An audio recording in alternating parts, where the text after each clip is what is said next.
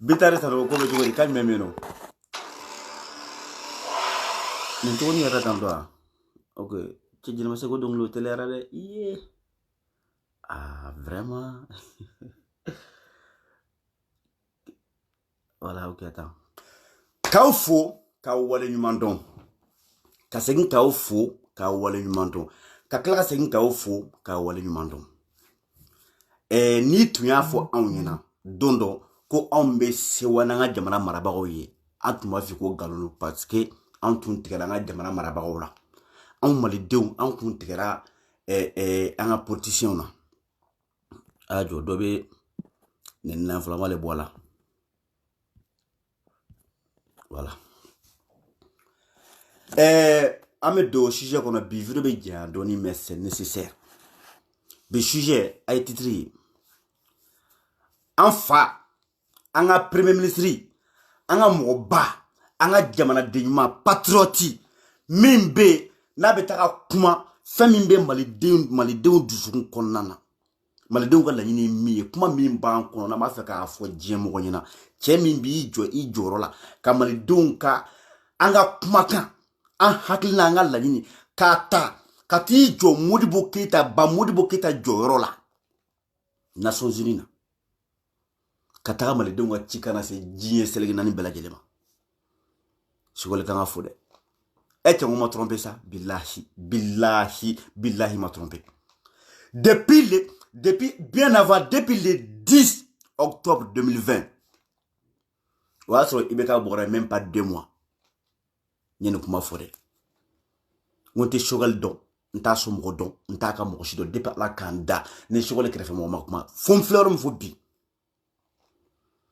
Mais tchèque wulika jo, anaka sens de patriotisme. Ani cheka fo anaka klenia ne yembolo nchi shogel mari astansal nga folibi wo shogel ye sali kamali bodi nga kono kwa achede shogel ye nya video ni partager nga page ga avec la kata la je ni video nga depuis le 10 octobre 2020 ado meka isa ka jumbe ka boka ira den qualité façon comme do ka boka ira mogola Modibo Keyita ila be fini mina ka banfula min do ka fini kelen min do ka t'i jɔ Nations Unies na ka kuma ka ci di tubabuw ma billahi Sogole y'a ɲɔgɔnna kɛ o kumana Modibo Keyita a denkɛ bi yan awɔ bi a bɛ se k'i kunkɔrɔta bi ka sɛbɛn ni malidenw ye o ye sujet fɔlɔ Sogele filanan Bubu Media Isu Mangara n b'ale fɛnɛ kan a bɛ n ka chemin kan bi comme Antoun Fomana ka vidéo que donné je crois presque une semaine en tout cas bon mais fait ka kanyaba bela parfois en ma fo Antoun mi jabi yere pourquoi parce que ko fomunaw malidenw nya la bi be tien be kodon ne côté il suffit que ka bo ka mo to dinga ko ka mo to dekuni toro kono bodron e ka fo ayna ngani ko ke billahi mo be to ko mais ni takra hasidiye ni takra juguye ani kalabanciya ani yere fere munu be ka barake ko jamana kono do nyebo la kebi bo kibi sigi ko lu denigere hasida ka mo be do sadi do ka kelela ibi ka kuma fote mo shi mo tala au contraire de bi yere mangoya di Bubu Media Isu Mangara ibe nga shira kan bi no boray wulutigi 5e colonne ka faden sako mimbeya faden sako bofu safu hadama de keke ete réfléchi ni kungolo ye keke hakilina tela ebe jona jurula faden sako yala ambal demu yala mulan kuloya yere don baliyala kebini sigi kebe tienta koko bama yelema karamogo on ye karamogo boka di diema o maseka on bolo tomi ka da anko o maseka on hakili yelema mulan kulo cervele fenti kungolo kono bini sigi kibna manamana ka fo mo yina be bono fala tiye bi yel ko bora sider la tudi est-ce que yel ko démission na ka bo sider kono pewo o be amabo bini sigi galontige la ko yel ko o bora posi dolla ko ka ta posi dolla neta ne ko na be galontige aya ke ala kama aye galontige min tika vérifier aye galontige galon mi tiye bolo ko mo tika bo min kalama ne mana ni fana sigili n'a da cɛjugu ye a n'a ka rasta kakala rasta nɔgɔlen k'e bɛn'i sigi k'e bɛ mɔgɔw traiter aw n'aw ba cɛ ou bien kɔnɔ k'u dɛ kɔnɔ cɛman kɔnɔ musoman dɛ bagan dɛ e ɲɔgɔnna a ma bilahi réseaux sociaux sanfɛ ne b'a video kɛla bɛɛ fɛ ne b'a bɛɛ préféré ka tɛmɛ ni mɔgɔ lankolon ye ka san 50 ani kɔ i cɛkɔrɔba musotigi denbatigi muso joli den joli par ci par là e de bini e tɛ maloya ka bɔ ka galon tigɛ e cɛ tu sais nin dɔw kan ka k'u gueule fermer à jamais quoi ne y'a fɔ aw ɲɛna dɛ ne ye kaw di bɔ ka di aw ma cogo min na billahi wulutigi ka rastamani min bi yan a ka bɔfu faden sago bɔfu safo min bi yan ne de b'a dɔn den fasuguya min don ne de b'a dɔn i bɛ dugawu de kɛ ala kana ni ɲɔgɔnna bɔ i den nɔ fiyewu i bɛ dugawu kɛ ala kana i ne ni bɛɛ sira kelen kan quoi ale ye sujet laban ye comme nafa ba t'a la mais a bɔra k'i sigi manamana kanfo la a y'an kɔrɔma tigɛ anw ni kati yeli min kɛra kunu alhamdulillah ala ka barika don kati 24 la nin yɔrɔ la an ka foli bɛ kati 24 ye an ka foli belebele bɛ kati 24 ye n y'o kuma de fɔ tiɲɛ kelen bɛ de bɛ tiɲɛ sira kan ni mɔgɔ bɛ billahi ni tiɲɛtigiw bɛ bɛn anw ye n y'a fɔ kati ɲɛna kunu anw ye baara min da kati kan anw ye baara min da kati kan n'o ala dɔrɔn de b'a dɔn n ko kati n ko don min na i bɔra k'i n y'a fɔ kati yɛrɛ ɲɛna n ko kati n hakili b'a la n ko don min na i bɔra k'i jɔ ko CDRD o CDRD dɔw ma jɛ dɛ anw ye baara foyi taama min da kati kan ja anw kun tɛ ko kalama kati yɛrɛ ka kuma don sari ko bɛɛ kun bɛ labɛn de u sigilen to Bamakɔ dɔrɔn wulutigi b'a fɔ dɔrɔn bon a ye nin sɛbɛn u b'o sɛbɛn dɔrɔn paf k'o fili ka na k'o ci anw ma dɔrɔn anw fana bɛ wuli a ka vie menacelen don a bɛ tantɔ ka wuli ka burujali kɛ dɔrɔn olu yɛrɛ b'u sigi ka yɛlɛ anw na ko anw ye sagaw ye wa ko in bɛ ten dɛ Ibusi ye kuma bɛɛ fɔ k'a ban pewu Ibusi ko ten ko n'ale bɛ a ka direct kɛ ale t'a préparé dɛ bon n b'a fɔ tan i b'a fɔ tan e b'a kɛ tantɔ bon n bɛ nin fɔ e bɛ nin fɔ ka mɔgɔw manipuler nkalontigɛ la Ibusi ko c'est-à-dire o t'ale ka baara ye quoi c'est-à-dire sans plus tarder an bɛ Choguel fo ka segin ka Choguel fo ka tila ka segin ka Choguel fo kuma ye kelen pe de ne ko n ko cɛ o cɛ muso o muso n'i ta ye Mali ko ye ko Mali b'i dusukun na i ka wuli ka jɔ i ka video kɛ i ka kule i ka fɛn fɛn ko Mali ko don bilahi nin transition i bɛ nin dɛmɛ de cɛ n ko a kɛ sɔsɔ sa a bɛ sɔsɔ cogo di depuis ni Modibo Keita bɔra fo bi Mali ma Assimi ɲɔgɔnna sɔrɔ a tɛ sɔsɔ o na nin dɔ ye dɔrɔn n ko depuis ni Modibo bɔra ye Modibo Keita kun ka Mali sigi cogo min na bilahi ni an tun continuera ni Modibo ka hakilina n'a ka vision nin b'a sɔrɔ Mali ni Chine de bɛ comparer nin b'a sɔrɔ Mali ni Indonésie de bɛ comparer mais u donna Musa kan ka Musa bila Modibo la ala ka hinɛ Musa la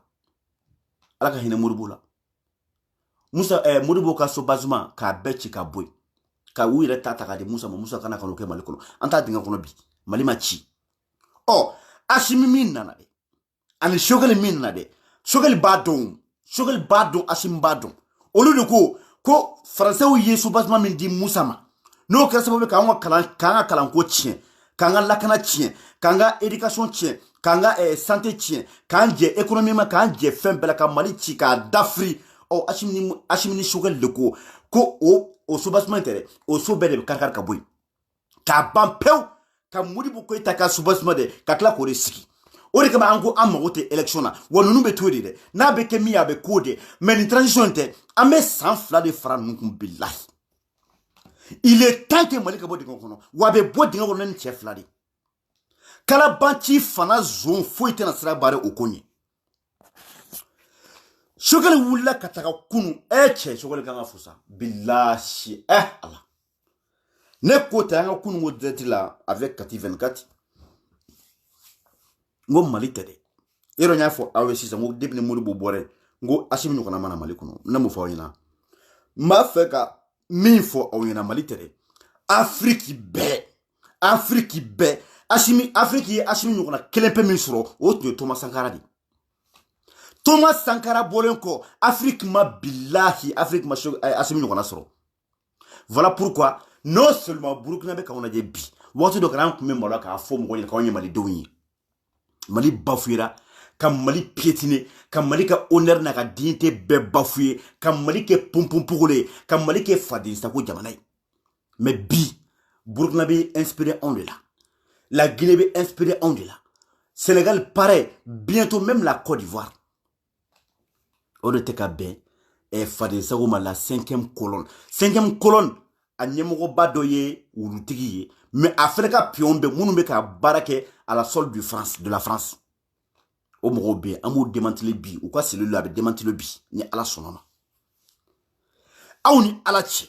Anga wuli ka nyere fara. Ka fen beka jamana kono deun. Sa suma wulu yere de. Aoun jamana kono deun de wula. Kwa nga jamana bafure ka chira. Ko abe ibeka mimuru ko ibeka desra ibeka nga jamana chika ibeka kanga boyno. Ibeka takalen ko. Munu na bi. Ma banda uka wakati fore. Mais bi ashimbe sugar be. Bela jelen ba don ko jamana be ka bo diga kono. Be ba don ko ni gouvernement une exception. Afrique be anogona te.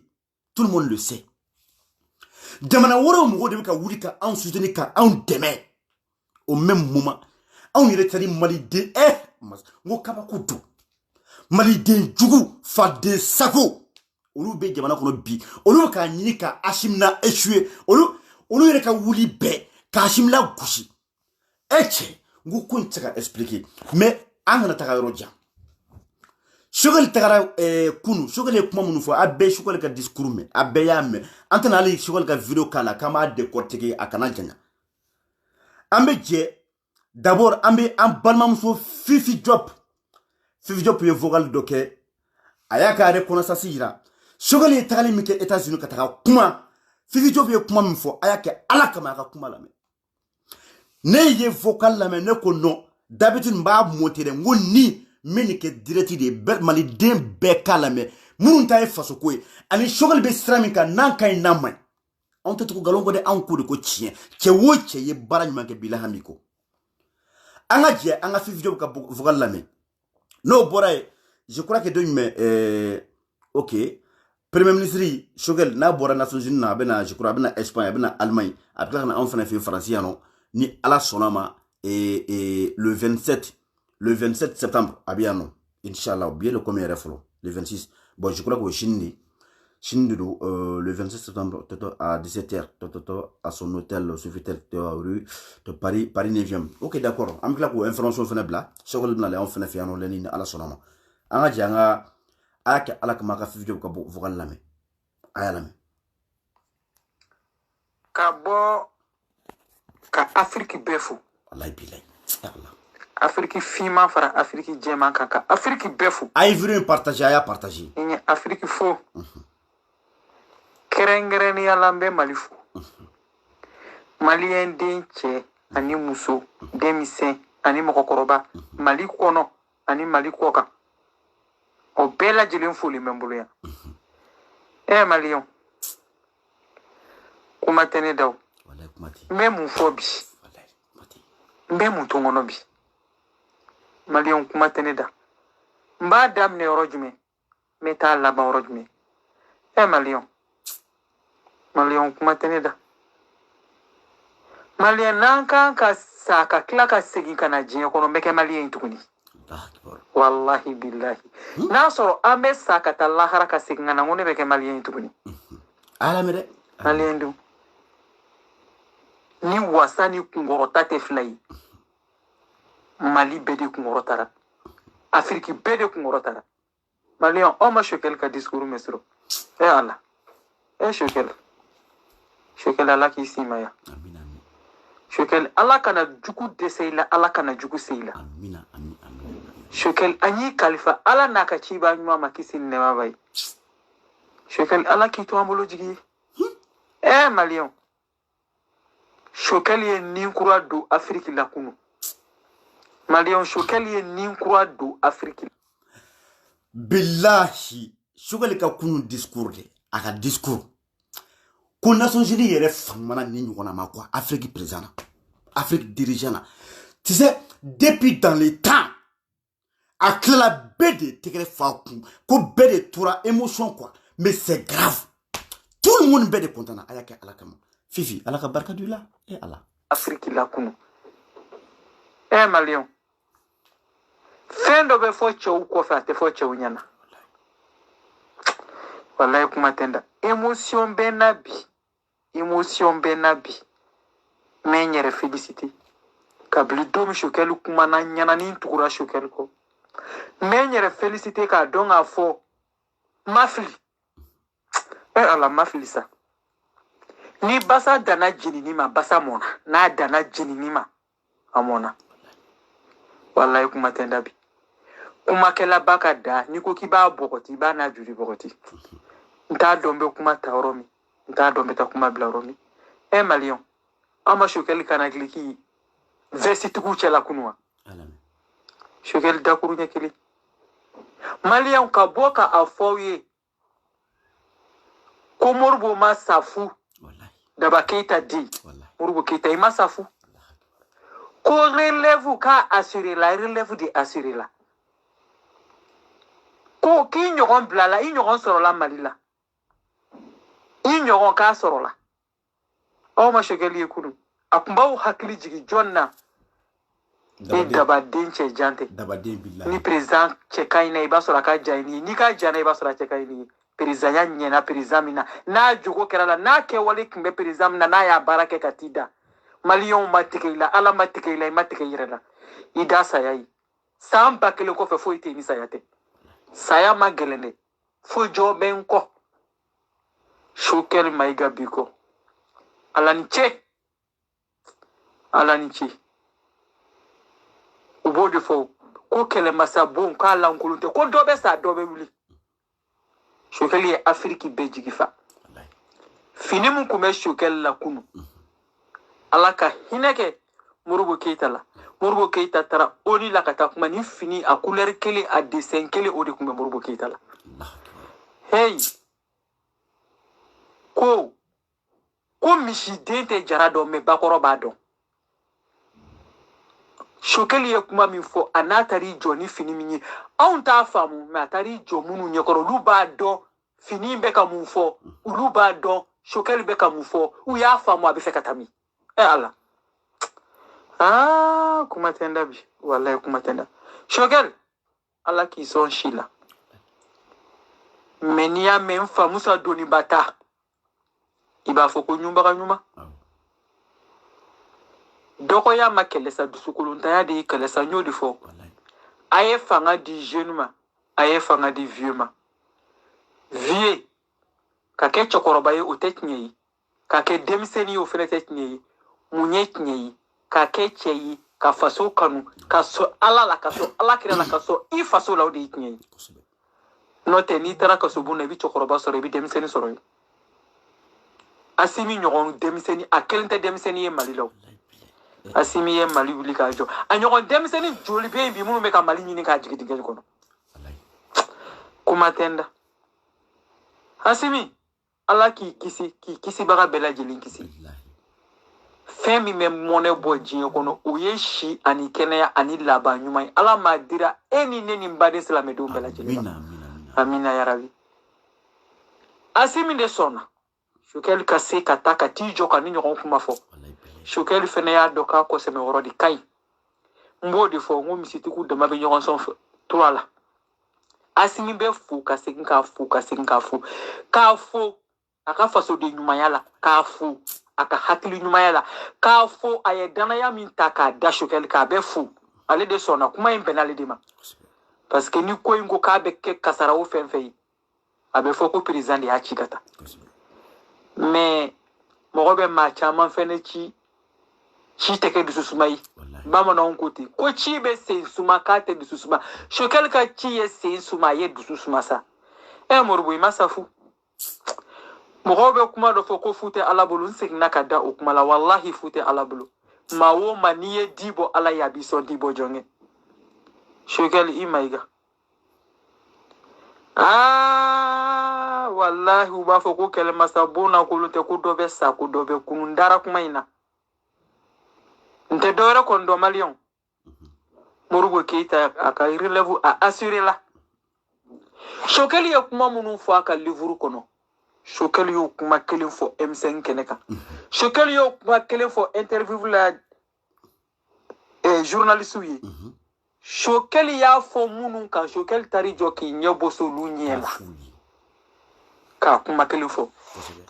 cɛya tɛ 10 ye 20 tɛ 9 tɛ sa kelen pe maa si tɛ sa bi ka tila ka sa sini maa bɛ sa siɲɛ kelen de wa bɔ kun ye dɔɔni n'i bɔra dɔrɔn i ka dɔn mɔgɔ bɛ sa i tɔgɔ tɛ sa sokɛli mini jɔnni kɛɲɛ ɲɔgɔn ma bi Tuma Sangara Muammar Kadhafi kuma tenda bini jɔn kɛɲɛ ɲɔgɔn ma bi Modibo Keita ne bɛ ni jɔnni kɛɲɛ ɲɔgɔn ma bi Sékou Touré Allah Afrique kununa ni ne fɔra ko tubabu taara dugu la k'u y'a bɛɛ minɛ ɲɛ tugu ka yɛlɛ k'u mɛnna san 20 ni kɔ u y'o kɛ Mali de nɔfɛ sokɛli y'o yira an na o kuma sisan a ye taa reculer tɛ yen tuguni bilen dɛ mɔgɔ si kana ɲinɛ ɲimi ka dɛsɛ a ku la a yi ta ni Wagner de ka d'a ye a ye na n'o ye ni Tirikiw de ka d'a ye a ye na n'o ye hali ni Koreyanw de ka d'a ye a ye na n'a ye an b'aw kɔ Maliyɛnw ni maa ma ta ye Maliko ye awa Maliko filɛ dɛ patriote minnu bɛ yen n'u bɛ parti politique ni fɛnw na n'u ko k'u ta ye patriotiya de don k'u bɛ jamana de kɔ u tɛ tugu sokɛli kɔ parce que ne ɲɛ tɛ cɛ la Mali tɛ dɛ Afrique bi an bɛ taa min na bi fanga ka di bi mɔgɔw b'a fɔ n'i taara ni ɲɔgɔn fɔ Faransi ye u b'i faga n'i ye ni ɲɔgɔn fɔ i bɛ sa i tɛ Mali mara hey mɔgɔ bɛ se ka jamana baara ka sɔrɔ i ma kɛ président ye mɔgɔ bɛ se ka i tɔgɔ to jamana ko la ka sɔrɔ i ma kɛ président ye Asimi bɛ dugawu de k'i ye i ka nin baara in i k'a bila kɔrɔ ye i kana bila banajugu ye i kana bila janfajugu ye ka segin i ni sokɛli ka o bɛɛ lajɛlen kalifa Ala ni Ala kira la masa arahamani min tɛ kalifa ci kuma foyi tɛ n da bi Maliyɛnw sokɛli ye kuma ban pewu sokɛli ye min fɔ cɛw kɔfɛ a y'a fɔ cɛw ɲɛna a ko u nana wara fagara kan min a ma tila o kan kan u nana de k'u bɛ taa ni terroriste k'u bɛ tiɲɛli k'u bɛ t'u ɲini k'u ye k'u faga mais u sera Mali la u ko k'u t'u ka baara la bilen a y'a f'u ye k'i ɲɛ jɔ u ɲɛ la a k'u ma k'u bɛ fɛ ka taa n'u taara Maliyɛn denw bɛ to jɔnni bolo olu wajibiyalen bɛ k'u bolo bɔ mɔgɔ wɛrɛ nɔfɛ walasa Mali kana to a kelen na ka tila k'a yir'u la k'a fɔ assise bɛ kɛ ka tila k'a yir'u la k'a fɔ organe unique bɛ kɛ n ko kuma tɛ n da ne ye nin de fɔ sokɛli wa ne bɛ n da duguma i ka taama n kan hɔrɔnya tan tɛ mugan tɛ kelen pe don depuis n tuguri kɔ i ma sira de bila i ma fɛn dɔ fɔ bi ka t'o sina fɔ kunu cɛya y'o dɔrɔn de mɔgɔ bɛ minɛ i ka min bɛ bi da ni bɛ baara min kɛ nin diyara mɔgɔ ye i donna histoire la a ma diya mɔgɔ ye i ni Asimi aw donna histoire la nin donna tariku la ka ban a banna Ala kuma foyi tɛ n na Maliyɛnw kuma tɛ ne da a ka bɔ i ko kɔnɔkulu ka sokɛli kunbɛn Maliyɛn den cɛ ni muso denmisɛnnin ni mɔgɔkɔrɔba Bamakɔ kɔnɔ commune bɛ Bamakɔ kɔnɔ quartier bɛ Bamakɔ kɔnɔ k'aw jɔ ka bili pisi ka ran na fo ka taa se fo primature da la ni tɛgɛrɛ bɛ fɔ tɛgɛrɛ kan ka fɔ nin de la ni dunu bɛ fɔ dunu kan ka fɔ nin de la ni dɔn bɛ kɛ dɔn kan ka fɔ nin de la Ala kuma tɛ sa n ko kuma kɔrɔ an bɛ ni kɛlɛ ni nin kuma in na san yiri k'a kun an fɛ n n'an taara ka segin ka na n bɛ kɛ Maliyɛn ye tuguni sokɛli i Mayiga n bɛ dugawu de kɛ Ala k'i ɲɔgɔn caya Mali la Ala k'i ɲɔgɔn caya Afiriki kɔnɔ o de ma nɔgɔn i ɲɔgɔnnaw bɛ na siècle kɔnɔ san 100 o san 100 i ɲɔgɔnna kelen de bɛ na hey Maliyɛn denw a ye sokɛli minɛ n'aw bolo fila ye ni maa ma ta ye Mali ko ye maa ma ta ye jamana ko ye a ye sokɛli minɛ n'aw bolo fila ye parti politique mɔgɔw a ye fara sokɛli kan an ka Mali jɔ a ka na an ka assise kɛ a ka na an ka organe unique kɛ an ka Mali jɔ Mali min tɛ bin tuguni ni kuma tɛ caya ne bɔra vocal la vocal mago bɛ partage la a bɛɛ bɔra ka Fifi Diop ka kuma lamɛn aw jɔn de bɛ yen k'aw ma kirikiri aw jɔn de bɛ yen ko aw farikasi ma cɛ aw kuma si ma wuli a diɲɛ fɔ c'est à dire a ti i t'a dɔn i b'a expliquer cogo min na jamana ko sokɛli ye cɛ min ye a y'i jɔ jɔyɔrɔ min na sokɛli bɛ ka action min minɛ bi Asimi bɛ ka action min minɛ bi anw ye nin laɲini kɛ depuis kuma ca bon nin filɛ ka kuma sokɛli ma cogo min na sokɛli filɛ ka action min kɛ devant c'est-à-dire des hautes personnalités du monde entier. Mais au même moment, on irait Mali kono, Mali den djougou, faso den djougou, 5e colonne, Mounou Keita Roko et Agnès France Genga Banga Jamana kono. Comme nous me claque, ko France ka Mounou Damana Dondala le, ko bo ko Mounou claque daele France, ko dobe sur Anga Jamana kono, ko Mali den redoyi. O mo be Mali kono. Pendant que Chokol Beka ire fera Mali donya ani Mali. Ko kam mo Mali ka respecter bi. Ko kam Mali dabe se kama. Kam Mali ka khoronya se kama, kam Mali ka dignité ko réattribuer Mali là. Au même moment. Wulutigi 5e colonne. Boubou Média 5e colonne. Olu siglendo au Chokol de kama. Premier ministre fait temena. Wa président fait temena kadam ne on va dire Moussa Alpha ATT kana se iro ebeka konte anto ore en fait on m'a président quoi amogoma sur nushikela mi sera ka ni nyogona fo Nations Unies na amogoma sur nushikela mi sera ki yito ka chi di français o ma billahi amogoma sur ni shogelte amogo kumendela isu mangara na ya fo awnyana dobu were ke journalistes souye ce sont des journalistes, des chroniqueurs, des vendus, des indignes, c'est-à-dire au service des politiciens. Mounoumita kata warimine, kanou si, gamana jobao des grands patriotes, kolou dénigrer, kolou diffamer, kolou torchi. Ne yisou mangara, nene bora, aouba kalama, nene bora yano, ben le cerveau kele ka bo, ka foko boubei. Kani keblen darame. Kani chema Hubert Nounou, ani Alpha Maro Konare Nounou ni Johnny, Kounana Franciano, Kana Malika sort discuter, comme quoi Uba fait ka pression que transition ka, pour que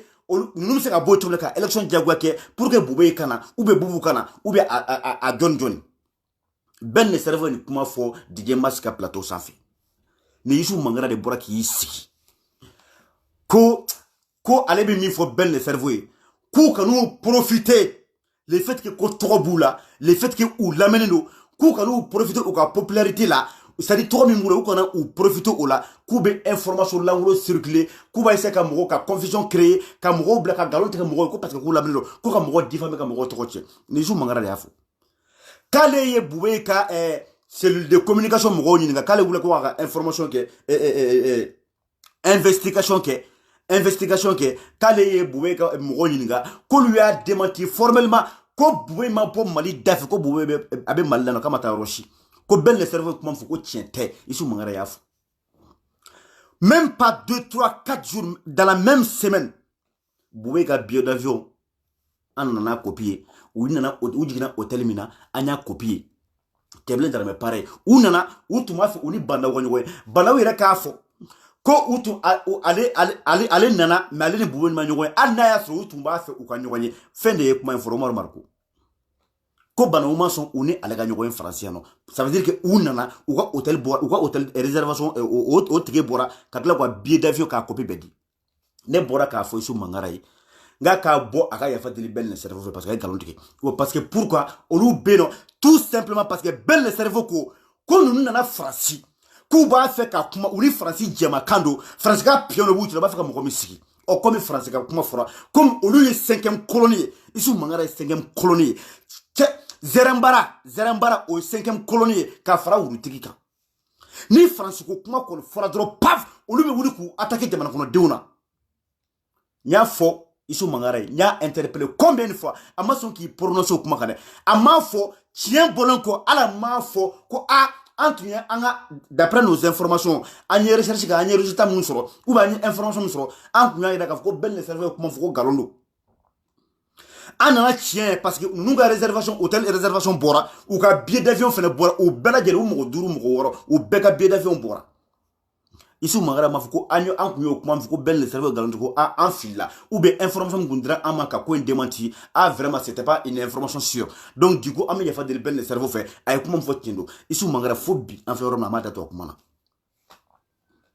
tout simplement pourquoi parce que a dabalo nakama comme wulu tigi bora wakati mina am bora ka foya ibusi ala ka barka do ibusi la ibusi bora ka foya ko François ka président la yini ko ka Assimi wele ko ka de rentrer en contact avec Assimi ni Assimi bana Ibusima o kuma fo yano kabno fora wurutigi ani Serge Daniel oluma boka o kuma kana ndore ka tien bama yera makwa kana ko Assimi de ya la yini tuko bela kana makoro kuma parce que François kuma mana fo kuma la nous façon din jugu nous 5e colonne me mali kono fo luka soro ka tien bama yela maka manipuler France ka faveur là o makambena. Mais le temps ne nous a pas donné raison. Est-ce que le temps n'a pas donné raison à Iboussi? Est-ce que le temps n'a pas donné la raison à Ben le cerveau? Au détriment de Issou Mangara, 5e colonne. Ou fait boura kuma fo, tagala fait ou beka galon jorula. Issou Mangara ka galon jorula, khoronya la maseka boka démenti. Amaseka boka yafa de Ben le cerveau fait. Amaseka boka yafa de malidon fait. Ou le tiki takara otugola. Oh, ko melanembe bi. Parce que tant que Choguel B, Choguel est politicien, parce que Olou Blalen de transition, pourquoi? Ça dit, pas parce que Koutra Barakede, même la commande de fo Aouye, Eche, Woko n'était soso. Ne ya fo Aouye, Kou n'était soso, soso, tala, on me mi fode, verra de l'eau, on te trouve mon chico galonga, on te n'a signé galona morale, comme nous a kabe, keleka pamparampa. Boubou Media, Oluko. Kolou be Mali de Kama, Ali Mali de Kama. Information à la source. Anga 22 septembre Keraya. Allah. Tche. Billahi nous nous avons fermé. A ben ala tche billahi. Transition morona klobena de. Haki. Ni haki klobana de. Ou ka frege ka bou média. Ka fermé. Parce que nous nous intoxication de. Ou ben ou de Kama. Kali. Ka transition torpillé à bana quoi. Boubou Media. Aou tese ka ye transition mo ka kofo kene ka min kadi transition na kwa tese ka ke daya ketro au be fermer na o ketro au te sarabli. Ne ba fo awnyina. Est-ce que 22 septembre nous na événement be mali kono ça dit comme ko kan ka mi loupé wa? Non. Le 29 septembre Assimi Tra kataka dépôt de Gerbke. Boulevard de l'Indépendance là. Aou ye ouverture média ka page ye non. Est-ce que aou ye ouverture média ye non? Ou te taka pourquoi? Parce que ou est Assimi au transition. Kataka ko sankorota ou te boubou arrangé. Kataka ko sankorota ou te imeka ka boko koro arrangé. Ah oui, ouverture média et 27 septembre kenakawa. Et boulevard de l'Indépendance là, jamais ou te travaille. Non, ou te travaille non. Est-ce que ah oui, ouverture média et kati défilé ah oui ala ti jamana anga indépendance défilé ah oui ya yeno. Est-ce que ah oui, ouverture média yeno? Ou te travaille. Tcheuma shibu. Fin febe ko kadi transition là. Ko be transition sankorota ko manja jamana ko donyi au lieu de contribuer ko ke. Parce qu'ils ne sont pas là pour ça. Au contraire, n'a fera ko tieni kera do ça, comme modo sara, ou bien village do attaquer ça, ou bien bengando kera do paf, ibu wule, ou bien mo wule téléphone na, ibu wule ka se euro là, ka to ko nyini parce que au d'abord ça, ka demana ko do na remonter contre la transition, ka yini ku ou mangoya quoi, parce que olube o de kama. Ou ka baraka munuye, o lu fena sakodi, do bolu sakodi ke. Un événement aussi important. Un événement aussi important qui est la fête nationale de l'indépendance du Mali. Ouverture média mayoka. Kati 24 ya ay Kati 24 bora fo Kati. Fo Kati kana fo Bamako boulevard de l'indépendance là kana filmer. Fo ouverture média 5 ans. Ou mayede ou tese kana ça. Ou ta aussi ki ka ko ni tatimina ya. Ou tese kana. Donc o Issoufou Mangara ko parce que ko shogal wula. Parce que en fait on va la transition là pourquoi? Parce que en fait choquer les hommes politiques quoi, choquer les politiciens. Donc ni transition nyena na diara ka nya ere fifio, mais do mena ban politicien be ka ke choquer le fait. Donc on loka baraka mo muni auto le faire arranger. Ça veut dire que anga jamana to ya ka chi ko parce que quand il choquer le fait. Aw ni ala tia aw ko ça dit aw y bien qualité face ko dmoye. Fatien faut être aula Mali kelen ko aw manata dienro rabi wole ko Mali dondi aw makoyi ko shogol ko ani Assimi ko munu ye shonega ko jam ko ko lumine mais besonama en unanimité ko Boubou Cissé jamana na flo aya dilapidé ka choué ka tien be obeda be kampi o te kɔnɔdimi o ɲɛdimi bɛɛ b'o kalama o kɛra bɛɛ ɲɛna bubo ye pareil k'a fɔra ko ka zon minɛ zon ye jɔnni ye olu bɛ minnu ka baara la zon ye jɔnni ye minnu bɛ k'olu sara mɔgɔ min bɛ k'e sara o ni ne wulila ko k'o tigiw minɛ o est ce que e bɛ se ka kɛ ne fɛ wa e bɛ se ka na ne ka événement na wa e bɛ na ne ka fɛn min bɛ ne sankɔrɔ ta wa i tɛ se ka y'o kɛnɛ kan voilà ce qui est fait Bobo Media Ousou Mangara il va jusqu'à aller dire que aw n'a faamuya k'a fɔ k'u bɛɛ bɛ service kɛla la ale olu ni wulutigi ale b'i sigi ko wa ko procureur dɔ dɛ ko dossier bɛ u ka tabali kan dɛ ko Choguel fana ye ko nɔ minɛnen don ou bien ko kiiri bɔra ou bien ko dossier bɔra k'a fɔ k'o fana ye yuruguyurugu kɛ AMTP directeur la k'o t'o poste la dɛ k'o wari ko des millions ko c'est-à-dire Assimi yɛrɛ ko ten ko mɔgɔ si tɛ fanga sanfɛ personne n'est au-dessus de la loi certes o tiɲɛ ko o dossier min bɛ Choguel contrôle la ko Choguel fana ka minɛ Choguel kan ka juge a kɛra a ma se k'a minɛ k'a to premier ministre la o mais c'est-à-dire k'a tɔgɔ ci Choguel y'a kuma fɔ Choguel ko a bɛna c'est-à-dire n ko kalabanciw don escrocs don fanaw don des vendus des populistes fasoden jugu 5e colonne alors olu fila mamuru dɔ ye Choguel ko mouvement M5 wagati aw ni ala cɛ Choguel y'i jɔ jɔyɔrɔ min na parce que Choguel tun ye M5 pilier ba de n'i tun ye Choguel kari dɔrɔn o tun ye kelen ka pilier kari ka bɔ bâtiment jukɔrɔ dɔrɔn bâtiment bɛɛ bɛ dafiri bâtiment jumɛn o tun ye M5 de M5 bɛ dafiri Choguel u ye kuma in u bɔra ni kuma in a waati pour que ka Choguel la décrédibiliser ka Choguel mago sa ka to M5 kɛlɛ la ni wulutigi bɔra n'a kuma ye journaliw bɔra n'a kuma ye mais Choguel bɔra k'olu jaabi ko n'a y'a sɔrɔ c'est-à-dire Mali yɛrɛ ka histoire kɔnɔ ko directeur tɛ ou bien ministre tɛ investigation kɛra min ka département na 6 fois k'ale bɔ a tɛ a tɔ kɛra harcèlement a kɛra harcèlement de k'a ɲini k'ale dénigrer ka fɛn sɔrɔ cogo bɛɛ la pour que o bɛ se ka a lajigin cogo min na ko n'a y'a sɔrɔ ko dossier tun bɛ ale kan n'a y'a sɔrɔ k'u tun ye tiɲɛ sɔrɔ ale kan ko walahi ko régime tun bɛ yen k'u tun bɛ ale minɛ u tun bɛ plainte k'a kan Choguel ye kuma fɔ lagalagatɔ amalden min y'i sigi parce que a dabalo la kama ko Choguel ko wayi ko ça veut dire que ko n'i bɛ régime ka baara la k'o kɔrɔ ko régime tɛ se ka i minɛ k'o kɔrɔ ko Choguel ye hali magistrat yɛrɛ dɔgɔya ko k'a fɔ k'olu tɛ baara kɛ tiɲɛ kan sauf que a bɛ ka kuma in fɔ Choguel ye kuma in fɔ o y'a sɔrɔ Choguel tɛ IBK ka régime na dɛ o y'a sɔrɔ Choguel bɛ M5 de kɔnɔ Choguel y'i kanto ko n'a y'a sɔrɔ parce que ale tun bɛ jɔyɔrɔ min na ale tun bɛ kɛlɛ min na ka taa ni IBK ye n'a y'a sɔrɔ ko IBK n'a ka mɔgɔw tun ye fɛn sɔrɔ ale kan bilahi u tun tɛ hésiter u tun bɛ fɛɛrɛ kɛ cogo bɛɛ la ka Choguel lajigin Choguel ye kuma fɔ k'u bɛn'o fɛnɛ ta k'o fɛnɛ yɛlɛma ko Choguel y'a yɛrɛ k'a fɔ ko c'est comme si a bɛ ka kuma fɔ comme si ko Choguel y'a fɔ comme si ale Choguel tun bɛ IBK ka régime kɔnɔ donc n'i bɛ régime kɔnɔ régime mɔgɔ tɛ se k'i minɛ o kɔrɔ ko Choguel ko magistrat ni juge ko ils ne sont pas fait indépendants k'a b'a essayer ko k'olu bila ɲɔgɔn na mais aw bɛ kule aw bɛ bu nin bɛɛ kɛ aw bɛ sɛgɛn nin bɛɛ la Choguel b'a nɔ la intact et imperturbable le grand patriote Choguel n'aw bɛ se ko la aw ye dɔ kɛ sa an balimakɛ dɔ ye vocal kɛ Isufu Mangara kan an ka jɛ an ka lamɛn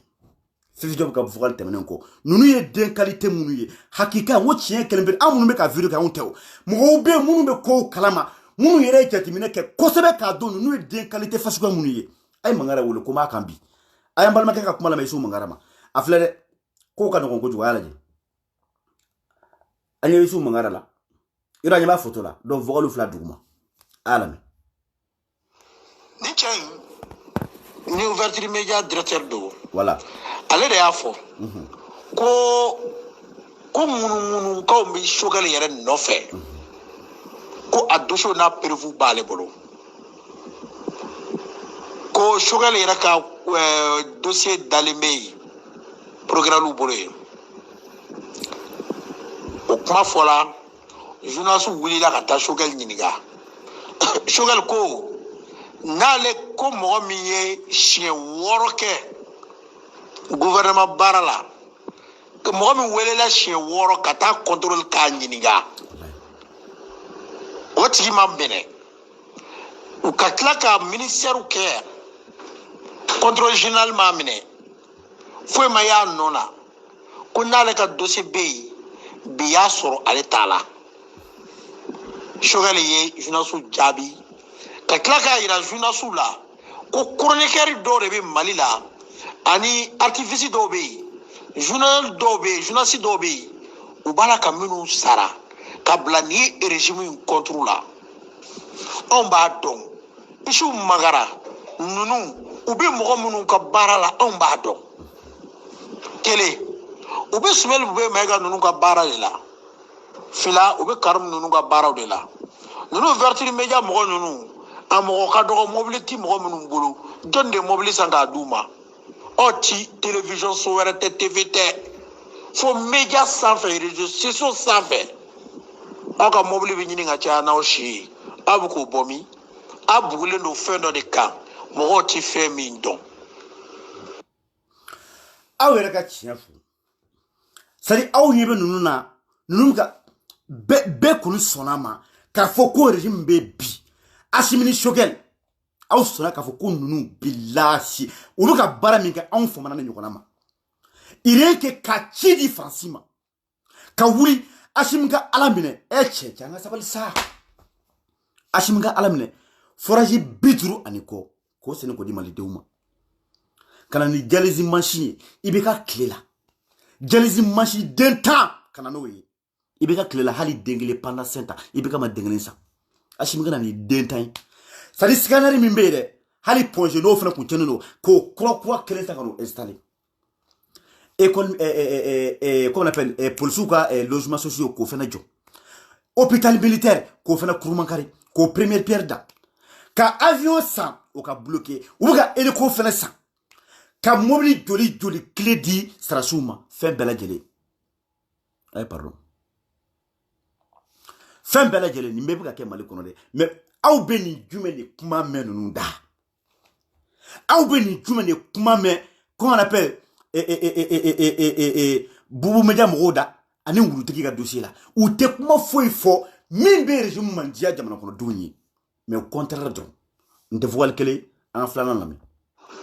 o la Faransi ka 5e kulu ni mɔgɔw bɛɛ lajɛlen u ka 5e kulu ni média ba o de ye Ouverture Media ye min b'a la k'u ka 5e kulu ni yɛrɛ baara kɛ yan bi Faransi ka lasigiden minnu bɛ jamana in kɔnɔ n'u appuyelen don k'u bila baara la n y'a fɔ n ka journaliste dɔw a chroniqueur dɔw a artifice dɔw a journaliste kolon dɔw a n'a média kolon wa Ouverture Media y'a média dɔ ye dɛ parce que Ouverture Media yɛrɛ ɲɛmaa filɛ nin ye fɛn o fɛn ni jamanadenw b'o supporter ale b'o lagosi fɛn fɛn tɛ Faransi ka tanu kɔnɔ ale tɛ kuma o kan an ma deli k'a mɛn Isu Magara da diɲɛ don si la ko Faransi y'a do ta Faransi y'a bɔ ta a t'a fɔ diɲɛ kɔnɔ a ye ta ka video kɔnɔ bɛɛ lajɛlen lajɛ ninnu ye den qualité jumɛn ye jamana in kɔnɔ jamana kumasuludenw i komi Kenike ala ye Kenike kumasulu ka ala ye Kenike tilennen to ka kumasulu a y'a kɛ ni dalu min ye a ka o dalu kɛ ka ninnu kumasulu Mali ye k'u boso kɔrɔta sanfɛ fo diɲɛ bɛɛ k'u ye ala k'o kɛ an kun nana nin de fɔ an ta la an bɛ se ka vocal tɔ bɛ yen ne bɛ aw ɲininka o Maliɲɛnw wulila ka kule yan ka kule maliden bɛɛ kulela Mali kɔlɔnkolo a ma kɛ bɛɛ ɲɛna yan Fermeture Media olu u ye courant tigɛ olu la k'u to dibi la siɲɛ joli Thierno Zerambara bɔra siɲɛ joli k'i attaquer Mali fɛ EDM na ka énergie directeur la gosi c'est-à-dire ministre de l'énergie k'u la gosi u ye bo fara fan bɛɛ ka fan bɛɛ kɛ mankan ye a ma k'aw bɛɛ ɲɛna c'est-à-dire k'u tɔɔrɔ la quoi k'a dama tɛmɛna courant tigɛ baden k'olu mago sa k'a dama tɛmɛna a ma k'aw bɛɛ ɲɛna Assimi sigira il y a seulement 3 mois Choguel sigira il y a seulement 3 mois même pas 2 mois et demi on va dire même pas 3 mois encore amakaw bɛ ɲɛna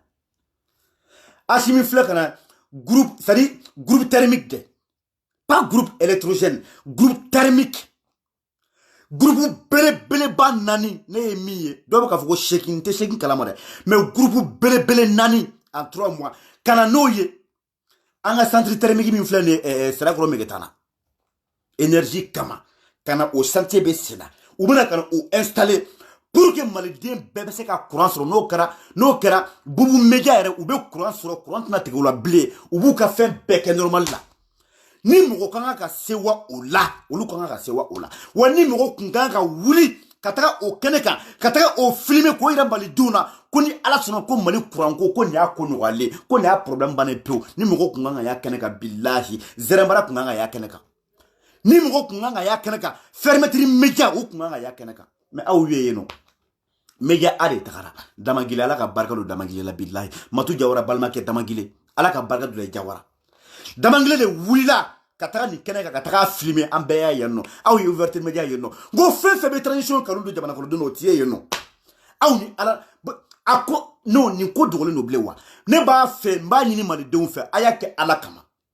m'a fɔ minnu tɛ mali fɛ dɛ mais mɔgɔ o mɔgɔ bɛ mali fɛ mɔgɔ bɛ mali fɛ mali ka di mɔgɔ a y'a kɛ ala kama aw fɛn fɛn abonnenen don fermeture média la a ye taga désabonner ka bɔ a la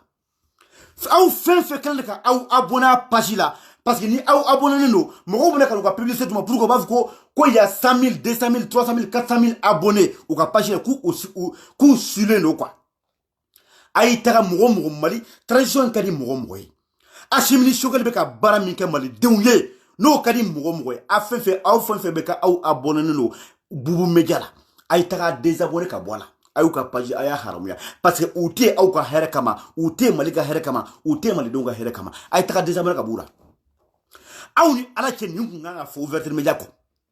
olu ni kun kan ka wuli ko information à la source info à la source info à la source a don ta a bɔ ta a bɛɛ c'est à dire a bɛɛ manamana kan min b'u arranger u bɛ ka baara kɛ minnu ye dɛ mun b'u olu arranger dɛ u bɛ to k'o de filmer groupe nana malidenw ye depuis IBK tile la depuis ATT tile la ni kurantigɛ ko bɛ sen na kana IBK ka tile bɛɛ kɛ k'a tɔ juguya ka mali énergie ko k'a bɛɛ bafouer hali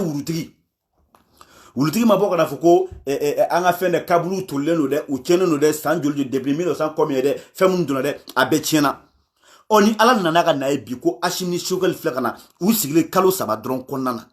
ka na ni groupe thermique 4 ye belebele 4 cɛ min bɛ se ka mali yɛrɛ presque mali bɛɛ alimenter ka kurantigɛbaden k'a ban pewu aw bɛ se k'a faamuya cogo di k'olu tɛ wuli ka taga o kɛnɛ kan k'olu t'o filmer olu t'o informer olu t'o commenter olu t'o commentaire kɛ fɛn fɛn ka di transition in na u t'a kuma fɔ a y'a kɛ ala kama a ye taga désabonner ka taga b'u ka page la vocal sabanan i b'a dɔn nafigiya jɔlen don Isufu Mangara la kosɛbɛ a b'a fɔ ko Choguel ye olu bisigiya ka olu kɛ activiste ye walima k'olu kɛ réseaux sociaux sanfɛ kumakɛlaw ye ko k'a sɔrɔ ale yɛrɛ bolo ale t'o ye e t'o ye don o don e sigilen bɛ ouverture média la namiya la don o don ko e bi kumakan de ta k'i ka hakilina ta ka bɔ a kɔnɔ e ka hakilina don o don o bɛ taa mɔgɔ dɔw dɔrɔn de contre la i bɛ ka kuma yɔrɔ min na fana o y'i ta de ye kelen mɔgɔ tɛ régime contre la o tigi tɛ kuma ouverture média kan fila wa ouverture média alasiba tɛ kuma diɲɛ média si kan tugun ni sedari mɔgɔ yɛrɛ ka média tɛ ni ouverture média tɛ a tɛ kuma foyi sanfɛ awɔ parce que ce sont des 5e colonnes olu de bɛ baara kelen na aw ma ye ni Isufu Mangara in kalabanci fana zo mɔgɔlankolon fasoden jugu ale bɛ taa sigi Isufu Mangara ka dɔnniya sera yɔrɔ jumɛn est-ce que c'est un journaliste ni ye Isufu Mangara ye source modèle jumɛn ye ko Arasa bɛ to o ka vocal ta k'o ja ka grand dossier la depuis au yɔrɔ la a bɛna faamuya k'a fɔ ko ils sont ensemble main dans la main pour combattre ce régime là pour combattre Achimini et Choguel au détriment de la France aw ni ala cɛ un activiste un chroniqueur aussi comme Arasbach ale ka source ale ma source foyi sɔrɔ fo ni Isufu Mangara bɛ min fɔ ouverture média kan ka n'i sigi ten procureur bɔra n'a ye dɛ a bɛ tan dɛ nin dossier bɛ Choguel kan dɛ comme olu bɛɛ bɛ ka Choguel kɛlɛ donc an bɛ ɲɔgɔn appuyer nin ye kuma min fɔ m'o ta kɔnɔ n ka grand dossier la n'a ma mɛn o ka plateau kan minnu m'a lamɛn o ka plateau kan olu bɛna lamɛn ne ka plateau kan minnu m'a lamɛn Arasa ka plateau kan olu bɛna lamɛn Isufu ka plateau kan aw ma ko ya n ko ninnu bɛɛ faamuyalen don alors depuis quand Isufu Mangara est source jumɛn qu'est-ce qu'il a fait il a fait quoi il est qui c'est quelle source Arasa ka to o ka vocal ta ko an balimakɛ an barikɛɲɔgɔn n'an jɛɲɔgɔn ouverture média kan ale fana y'a kuma fɔ a y'a lamɛn o yɔrɔ la a bɛna dɔn k'a fɔ k'o tɛgɛ bɛ ɲɔgɔn bolo c'est à dire France ka solde la k'an ka régime kɛlɛ malgré olu bɛ ka baara kɛ anw ɲɛ malgré olu bɛ k'u jɔ u jɔyɔrɔ la an ka taa sanfɛ parce que olu ni arasibat ninnu ye kuluni kelen mɔgɔw de ye 5e colonne kuluni mɔgɔw don awɔ jamana in kɔnɔ yan ala ka barika don Isu Magara hakili la k'a fɔ ko ale bɔla Faransi a y'a ka kalan kɛ Faransi ka na Mali kɔnɔ yan walima a ka activité dɔw bɛ Faransi ko ni Maliyɛnw ye Faransi juguya walima ka Faransi kɛlɛ olu ka o hɛrɛ minnu bɛ bɔ yen k'o bɛ tiɲɛ Isu Magara m'a faamu mɔgɔ caman bɛ kɛlɛ in kɔnɔ bi u b'a la ka kɛlɛ in kɛ olu ka hɛrɛ min bɛ Faransi ale ka o hɛrɛ yɛrɛ tɛ yen olu dayirimɛ min bɛ Faransi ale ka o dayirimɛ tɛ yen mais u b'a la k'a kɛ Faransi tɛ kɛlɛ la o Faransi régime de b'a la ka kɛlɛ régime politique min bɛ yen bi o de b'a la ka kɛlɛ n tɛ Faransi yɛrɛ tɛ kɛlɛ la o Français ni Malien tɛ kɛlɛ la régime politique de b'a la ka kɛlɛ est ce que Isu Magara y'o faamu wa o de la ne ye nin fɔ o ye n ko Faransi ka sɛgɛn kulu mɔgɔw bɛ yen minnu bɛ yen u ɲɛ bɛ tiɲɛ na u t'a fɛ ka tiɲɛ la baara Isu Magara ka sigi bɛɛ bɛ kɛ Choguel dɔrɔn de kan sisan a saralen don ka bila o de la ka Choguel dénigrer dɔrɔn o de y'ale ka baara ye u m'a faamuya hali bi o parce que u bɛɛ b'u ka baara de don ko in kɔnɔ dɔrɔn ka tɔgɔ dɔ di ale yɛrɛ ma Mali la parce que n'u nana o fana minɛ sa ka t'o fana datugu i b'a fɔ cɛ dɔ burankɛ bɛ kaso la cogoya min na u bɛna fɔ ko u ye Isu Magara fana datugu nka ouverture média fo Maliyɛnw k'a dɔn média modèle min don média qualité min don Faransi kulu ni mɔgɔ dɔw de ka média labɛnnenw don minnu ye Faransi ka cidenw ye jamana in kɔnɔ yan n'u nan'u deli don k'u turu aw yɛrɛ de ye ji k'a kɔrɔ k'a falen o falennen kɔfɛ o kalankan don k'a b'a ka jamana ci ka d'aw ma mais min kɔni fɔ malidenw ye mɔgɔ aw ka a ye nin faamuya dɛ cɛ o cɛ bɛ yen k'i abonné don ouverture média la i bɛ ka contribuer k'i ka jamana ci wa malidenw tɛ yafa o si ma dɛ mɔgɔ n'a ma taga ni fɛn fɛn ma t'i désabonné ka bɔ a la Mali ka di mɔgɔ ye dɛ m'a fɔ Mali man di minnu ye dɛ o ni minnu bɛ clan kelenw na minnu bɛ idéologie kelen na minnu bɛ ka ɲini ka jamana ci m'olu fɔ dɛ mais aw fɛn fɛn bɛ yen ko Mali ka di aw ye Mali bɛ aw dusukun na nin transition bɛ aw dusukun na n'aw ma taga désabonné ka bɔ page in kan ala b'aw bɛɛ ɲininka sini parce que aw faral'u ka jamana ci parce que aw de kɛra sababu ye k'a to u ka information bɛ circuler wa maliyɛnw tɛ yafa aw ma wa ala yɛrɛ tɛ yafa aw ma wa c'est al-haram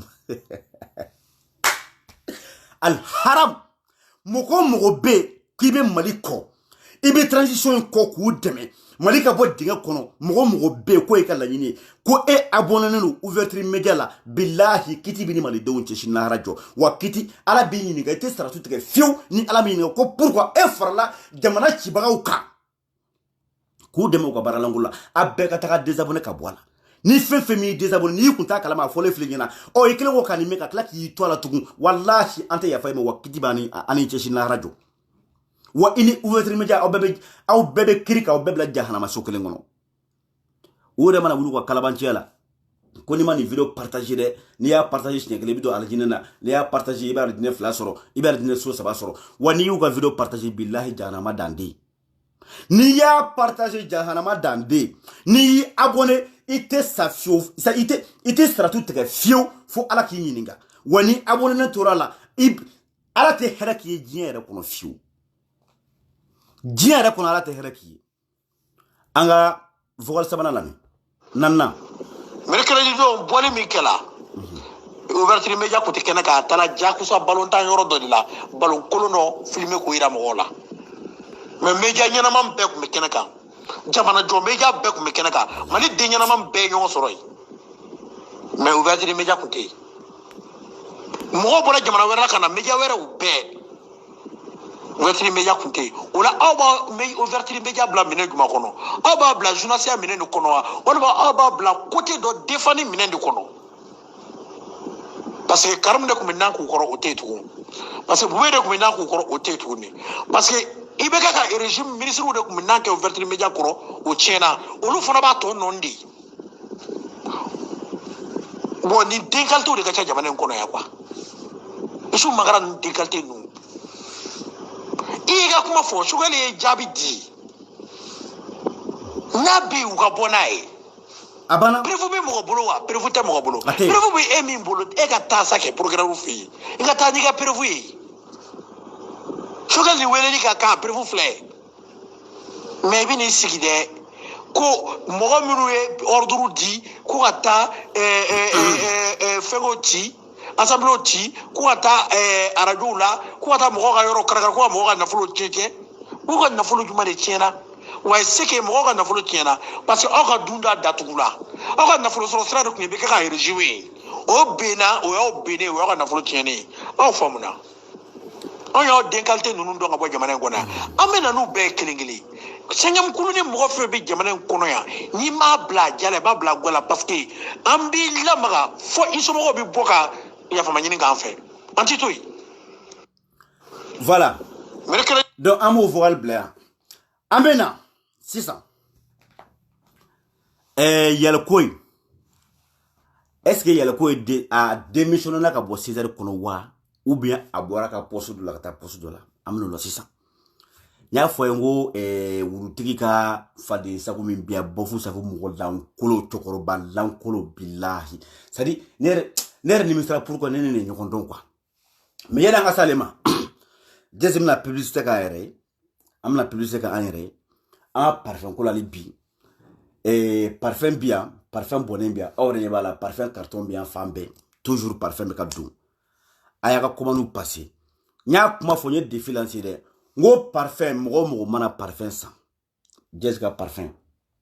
parce que parfum de marque ou de c'est que de la marque voilà mo mana parfum ça comme qui sakoi qui est ko parfum ko verete ou bien kasa mani ou bien kasa teme ou bien parfum na mate ngole no ni isra no stra ka do yukulo ko ngole e ganga parfum de mega wardima yen défilancier depuis ça fait 2 mois maintenant. Mais chema soro musoma soro jusqu'à présent ala dien dungo do da parfum ka sa dien dungo do me ka parfum bla ka dien robe dien serenani robe États-Unis, Angleterre, Canada, Suisse, Allemagne, Espagne, Italie, fambe fo Pays-Bas, fambe Malila mo chité a chema soro musoma soro France ko nanano mingo dieson tlaniga parfum sa maken sa ko ou be dieson niga parfum ka sa mana chité am souti be mo mana parfum sa bebe ngole ya photo na bo chukukelena. Donc faut les clients alibi ay parfum commandé ambe gros détail de amadi détail fenna ka fere mo ma pour que munu mo be damadonuna mais en gros ibena iba ta ka fere pour la faute là ambe prix qui iba sur no mana tukumna ka ta parfum fere pour que yebe sigi na fala bola tukumna donc parfum boné bien non abe wolele ke 00336 là 51 82 09 36 au Jessica numéro et 06 51 82 09 36 ni au composé WhatsApp ou bien normal il be jazz soro comme ça ou be il be comment passer il t'a livré France qu'on a non pour l'info là mun ta kan ta extérieur là Union européenne ou bien États-Unis nous ou bien Canada nous a bela jere il ga ko libta la poste là a be livré ema sous 5 jours a be si ma fo ya fo États-Unis il be ka par France ma ki sa ko Jason wole mais mo ma soro folo amena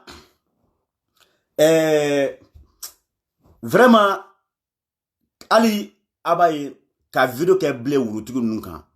ka vidéo ko blé vraiment na fa batala parce que on tarakaba beya don ça mais on y kuma do le fo ou tigi ka ko de bana pew aw maye ou be abola abo mo fla nyebe mo fla ça dit mo lankolo fla bofu ça fu munu yere ça dit na fatula quoi na fafu ibo lu tolu kuma te parce que ou be cri de cœur de bessan ko be kulete te abana mais ko kuma te ko kuma oluga nyemgo yere ulu 5e colonne yere ka kuma te fenya bla te foichi aw ni ala na krati activiste ni bi hygiène demsen kenekena ne bi ka jamana fe e kan ga tu politicien périmé ko kataka campagne ke ne mana wulu tigi ye 5e colonne ye Kasim Tapoko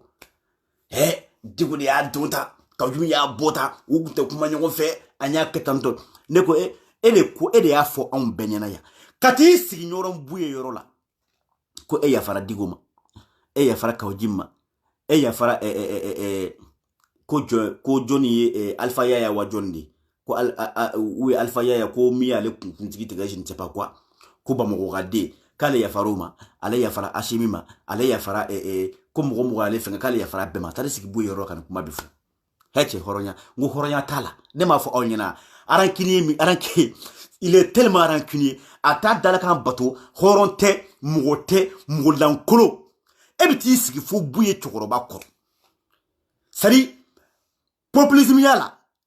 Bo bitate menen ko, koma anfa kumana nfe. Anfa bonya kama, bouye bonya kama, aga mugobaya kama, nya fara diguma, nya fara kaujima, nya fara alfa yama, nya fara karsama. Ele bikala na yijo kunu. Digo de ya fo nyana. Digo ne kaujim kunta kuma, digo de ya ketanto, kaujim da ketan. Horonya bemi. Ballon wulutiki ka fa de sako mimbian. Vraiment tu vas faire la vidéo mais je crois que en fait je sais pas quoi. Est-ce que c'est la peine? Sinon, il y a une vidéo partout téléchargée. Il y a partout téléchargé, vous voyez. Amaya, où le truc a fait des sacs. Ça concerne. Aya le voulait, aya le rafle, billet, iko, ce que tu m'as dit, iko beau boxelé. Iko beau boxelé. Nini nani ici. Kafo oma ko fa des sacs, anyef katifani na betanto, kono chema, kono musuma. Sadi balayira borana oduna aga virondo parce que wulutigi be yorona bi il est indéfendable ni taye jamana koy ni taye mali koy iba do tigitigi ko régime be bi ou be tien kan wo buka barake wo mali buka avancer mais aleka karamogo oye otaye jago kundi donc ni be tien ko iti c'est quoi. Mais ore beki bola aleka kode bana kwa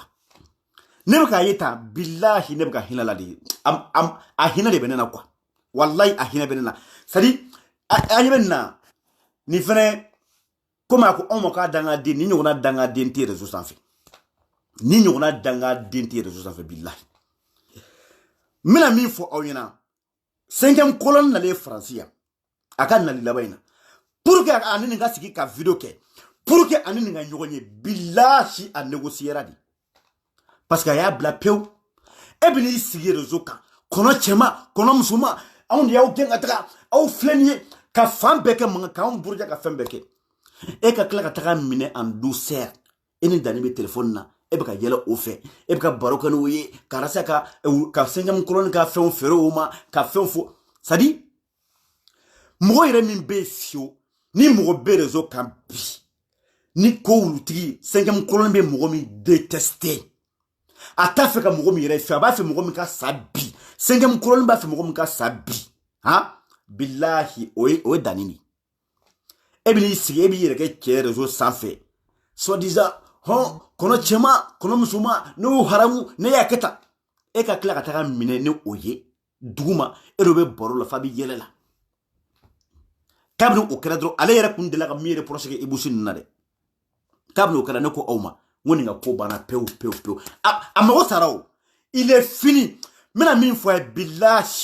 billahi suma tala ninte ale ma fo ko mo yu tuwe yalgo ya chuwa ni meta ka klega ngere wani mi boki sigi karasa goshi ya beke benyana ka fo ko mba fo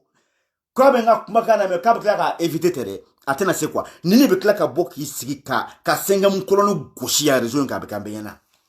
aka kobana ale blala il a été délaissé ni nga kobana peu awu ni fenfela ni c'était quoi kumare ko balayira borana oduna abaka fuwashi nganga deme olobe chien ka ubuka barake oh comme wasro atuna au maya fama na video game maintenant comme balayira borana na isan ni yere justifier la de ibaro mimbe ou ni yeki yere justifier ibaro mimbe ite tranquillité la bleu balayira borano mi ndron balayira la video de papa boraka ni sigi he wallahi kuma yere be 5e colonne kuma yere be 5e colonne ya fota 5e colonne olu yere kungulu be 5e colonne di kuma yere be karsa ya fo 5e colonne ya fo abana peu yere justifier la ti abana parce que ale teka video kablo afora wulutigi nana 5e colonne nana yano pour que ale nga nyogoye ça a été négocié ka deli ka wulutigi délicat ka sabali parce que n'a nana aneni ma ɲɔgɔn ou bien ma kuma ou bien n'a y'a kɛlɛ cogo dɔ la a bɛna les réseaux sanfɛ anw bɛna yɛlɛ u la an bɛna ta k'o monter billahi ni kuma de fɔra wulutigi ka sɔrɔ a ka sɔrɔ ka sɔn aneni ka segin ka kuma o bɛɛ kɔfɛ k'a tila k'a yira nin na tuguni ko k'a échouera ça veut dire nafa foyi t'a la bilen nafa foyi t'a la k'a échouera bofu safu mɔgɔlankolo billahi k'a échouera aw ma ye waati dɔ la u ka mɔgɔw bɔra u ka to k'a farape yan n'o kɛr'i la dɔrɔn i ka ko de banna pewu i tɛ se bilen conviction yɛrɛ la i tɛ se bilen k'a bɔ k'i bɛ mɔgɔ défend c'est à dire conviction ni en toute liberté quoi qui b'a kɛ tranquillement tranquille tu peux pas est-ce que vous voyez donc ale délaissera ale ni a ɲɔgɔnna wɛrɛw maintenant ko yalikoyi bɔra kunu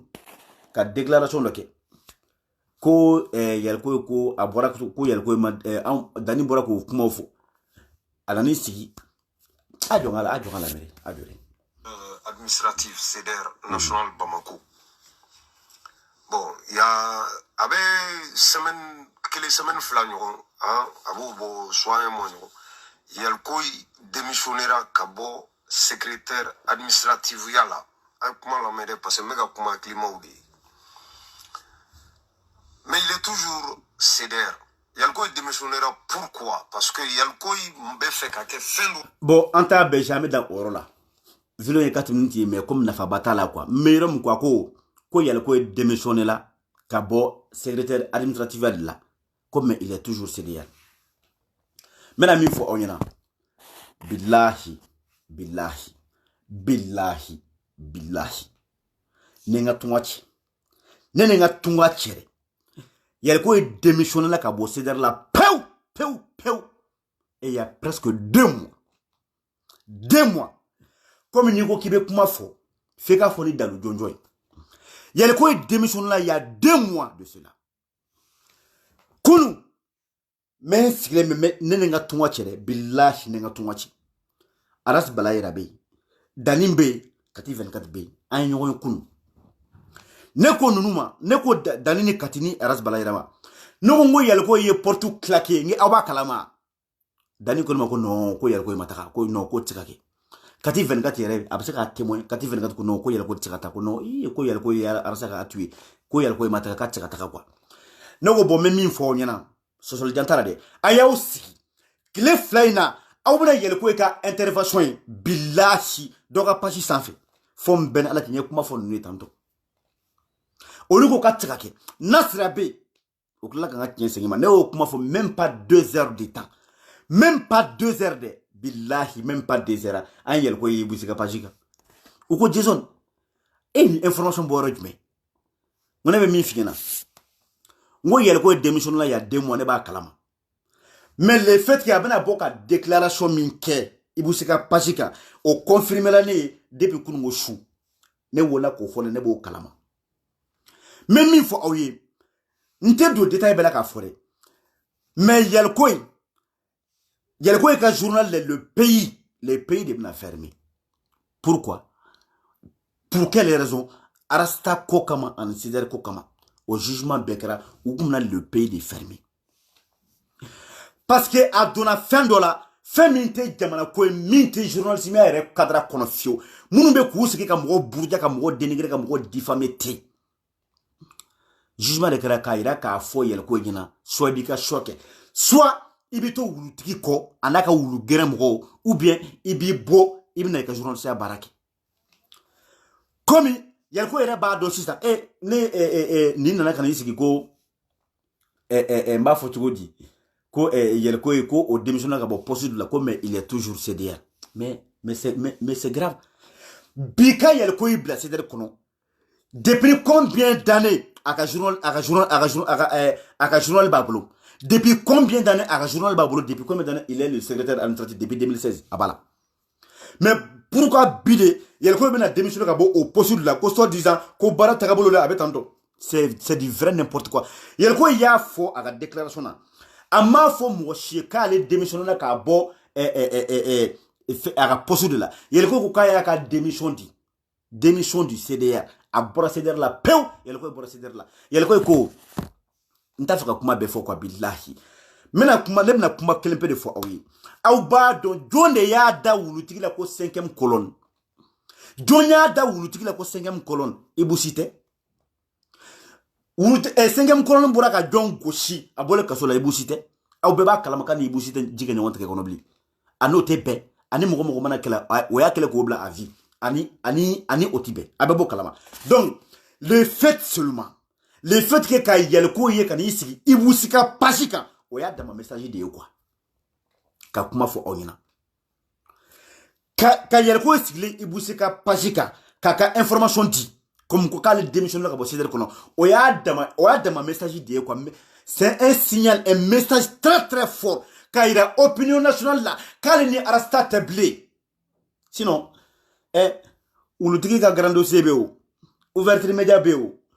pourquoi c'est dire moko ka page beo pourquoi aw ma publier aw reka page ga ko yele ko démissionner ka ba ka poste don là et non de CDR pourquoi aw ma ke pourquoi ulutigi ma fo parce que atise abado yele ko ka tali o ba le la affaibli yele ko ka bo CDR ko no bi no kuma mena o ya moko sala o CDR ko bané peu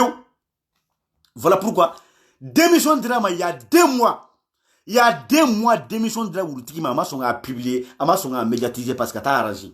Donc il y a le quoi il voit que allez me rebecca ça les personnes qui y a le quoi ka nami des soldats c'est ka bon nuna toujours malgré aller démission ka dinima. Donc ça dit solution quoi, il est toujours considéré comme CDR du moment qu'il m'a publié, du moment qu'il m'a médiatisé. Voilà pourquoi il y a le quoi il y a une ka tête sauvée. Il y a ko ni ma wuri kan jo ni koy mo ko be ka sa nte ceder la blé il faut que maintenant ngata ibusika pajika déjà ibusini atebe meta ibusika pajika mbe message la sino comme ça opinion nationale djebeka donc a fo ko ni wuri tigi tablé il y a ko arasta ya le tono fom ben ala ke billahi tallahi aka nta fe ka yel ko yere parce que comme na tara ka ba tara alhamdulillah ale ko famia parce que yel ko nyi jagokun ale tina reka carrière aka carrière professionnelle ale tino ka bafouer doka intérêt kama parce que ko inte mal ko ibli ko nyi jagokundi wadu ya le mo sa billahi suma billahi tala yel ko ka kuma de fleni on me fait nun kala ma mena Yelko bena ibusika pajika kana kuma neba kalama 24 heures en avant. Et même dans l'interview, on va dire quand Yelko dit que oh ndagara deyera yelelo ko mais be famille c'est normal. Ibusika kuma mi fo kala ndo ko numbe préparer de ba fota quand Yelko dit que ko ndagara visite surprise kena ça n'a pas été préparé. Bon, j'ai pas été averti. Mais c'est pas vrai, c'est fou. C'est fou et archi fou. Moi, je suis au courant. Yelkoy a demandé à Iboussi de venir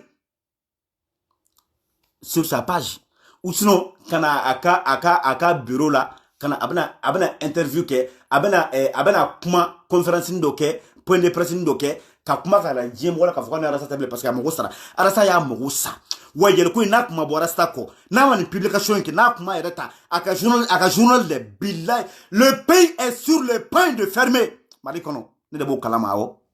Il y a quoi laisser. Il y a le coup bina kuma ba fuko. Echembe ko ka boira ne kuma yoro djme. Moi je le sais. Et quand le bête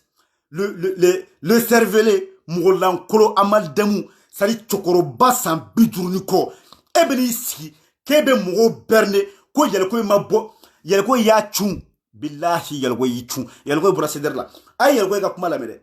en aucun moment yelko ba fo ko ale bora ka posul la ala mede ay yelko la me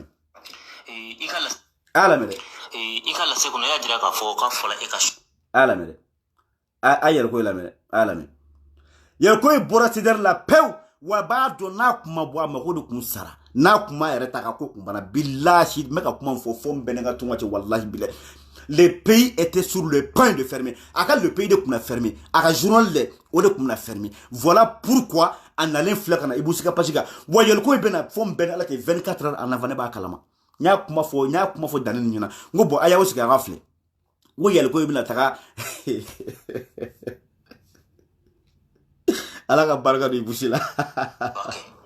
ika mɔgɔ de ko i ka choix kɛ ou bien CDR mɔgɔ de ko i ka choix kɛ. Non CDR mɔgɔw tɛ a mana kɛ cogo cogo n ko n bɛ kunnafoni di sira kan parce que n y'a fɔ n ko n taara ka taa kunnafoni di Rasbach ma ce qui veut dire que CDR m'a fɔ n ka choix kɛ n bɛ kunnafoni di sira de kan donc o de hukumu kɔnɔna la je suis dans une grande famille et quand tu es dans une grande famille fɛn dɔw bɛ yen nɔ n'i bɛ a nɔfɛ mɔgɔ minnu fana bɛ aw ɲɛma u b'a f'i ye k'a fɔ ni an ka profession tagabolo ye nin ye ani nin bɛ bɛn ani nin tɛ bɛn donc maintenant u y'a jira n na k'a fɔ bon i bɛ position dɔw kan bi i bɛ ka fɛn dɔw ɲini kunnafoni di sira fɛ bon a ka gɛlɛn ko olu ni CDR du ti ka taa ɲɔgɔn fɛ et comme jumɛn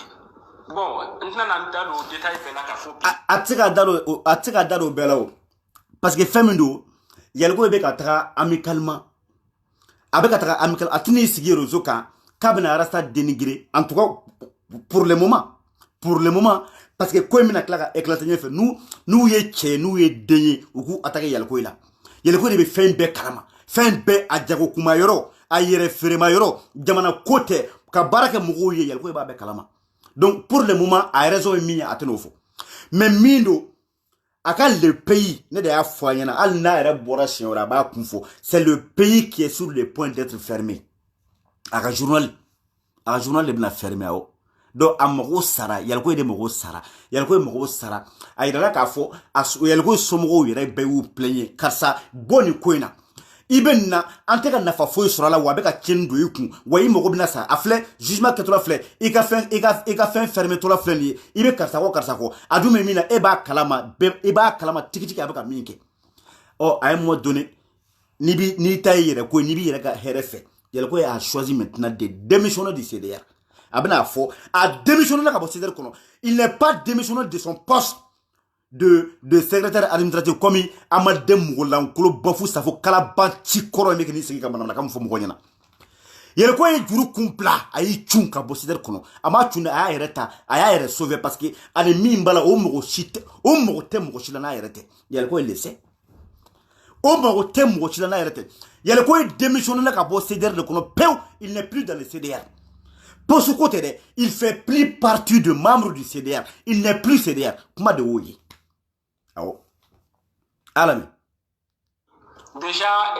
comment ça la mɔgɔ min na n'o ye Rasbach ye a bɛ fɛn caman kalama a ko la n y'a ɲɛfɔ a ye a n'a pas posé de problème mais don n'a nataw la mɔgɔw bɛna bɔ a kalama fɛn minnu don komi an bɛ baara la dugu ma an ma tila fɔlɔ ni an tilala kow la tuma min na ni Ala sɔnna ma jama bɛ bɔ quand même a kunnafoni a bɛ di mɔgɔw ma u k'a faamu wa fana k'a yira mɔgɔw la k'a fɔ confusion ko tɛ parce que i b'a dɔn k'a fɔ adamaden n'i y'a fɔ k'a fɔ karisa mana fɔ n bɔra nin yɔrɔ la mɔgɔw b'a interpréter autrement k'a fɔ ko kɛlɛ de bɛ ni mɔgɔ cɛ kɛlɛ tɛ ni mɔgɔ cɛ et tout le monde me connaît avec ça j'étais dans le CDR mais je suis resté voilà passé simple j'étais dans le CDR j'étais a m'a fɔ ko je suis dans le CDR a ko j'étais ntuma kɔnɔ j'étais c'est du passé simple. J'étais dans le CDR. Il était français, mais pas là qui démata école là. Et t'as donc. Français, ni français, fa koro mi babana et t'as donc. À cause j'étais dans le CDR, à kumbe CDR kono. Oh, allez, allez, mon kela, allez, mon vision de kelea, kumbe fenga du mouvement. Ça veut dire que, j'étais. C'est du passé. Nous, tu m'as kono, maintenant, blé. C'est clair, c'est très clair. C'est très clair. Il y a le quoi, Bora CDR kono, il a démissionné. Il y a le quoi, c'est ici. Kabena Rasta dénigré, Kabena CDR la Gouchikou bafoué, parce que là, il est en train de chercher à sauver sa tête plutôt. Il y a le quoi la tête de sauver. Donc, attendez ici, Kabena nous dénigré, parce que voilà, les beaux de Goulena fo, 5e colonne à Gatomna, en éduco, meka bobo de Mamokatina Bora, oh, au lieu qu'à Kataka Dama, non, on a dit, Digo de Afoina, Digo de Akata, Digo de Afotono. Donc, il y a le quoi qui era Horogne Ama. Yaliko ba don yaliko de ka kuma hal sansa yaliko be ka kuma mi fole oti yaliko ka ayra ka arranger tede yaliko be ka 5e colonne de protéger toujours atafika juwo ira mugola abe mina yaliko to ira mugola yaliko be ka halibi ka karse ka sutura quoi il est parti yaliko contrairement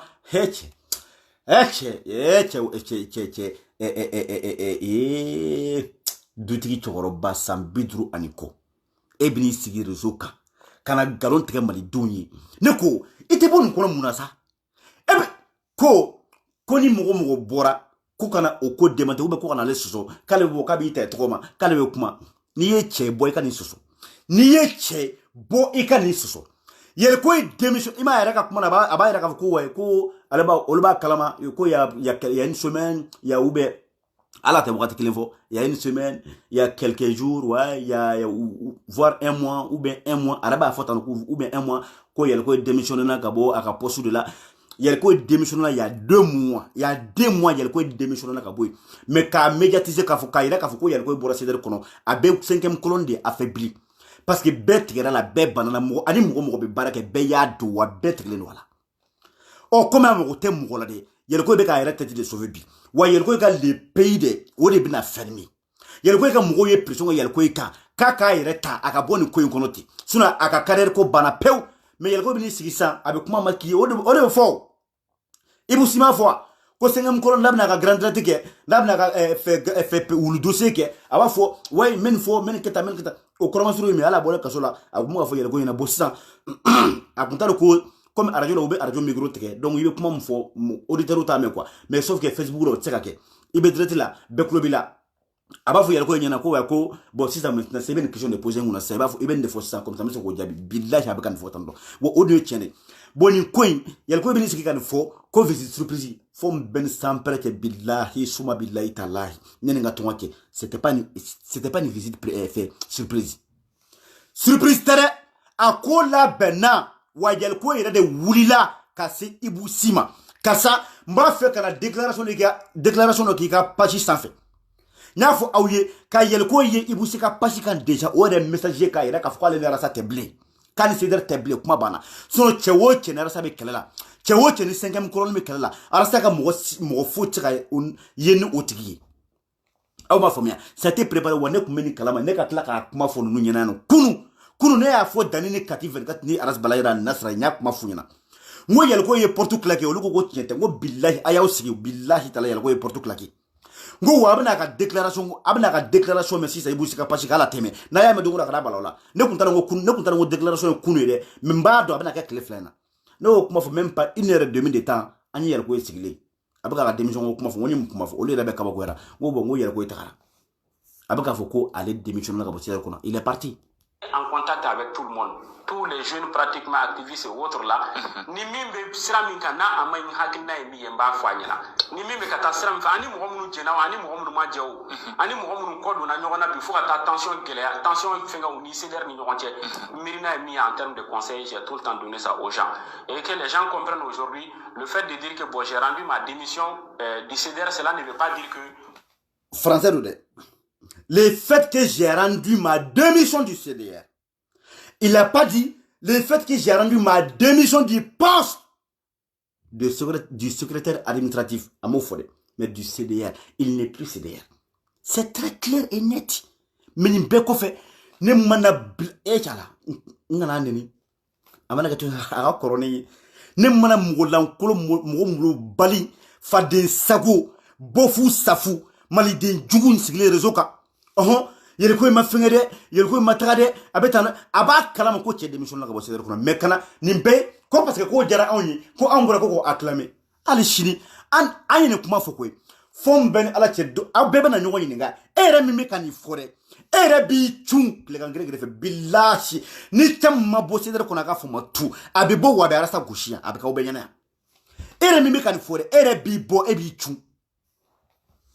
e b'i bɔ bilahi e bɛ démissionné hali t'i sara mɔgɔ la yɛrɛ awɔ ko parce que ko an y'o kuma fɔ ko an ye o ko acclamé wayi ko yɛrɛ ko cunna ko de ka di anw ye donc maintenant ça le fait que u kunkolo kɔnɔ c'est-à-dire en fait nin doctrine u ka conception de chose de nin ye quoi nin fɛn de b'u ka doctrine de dɛ ko ko man di olu la ni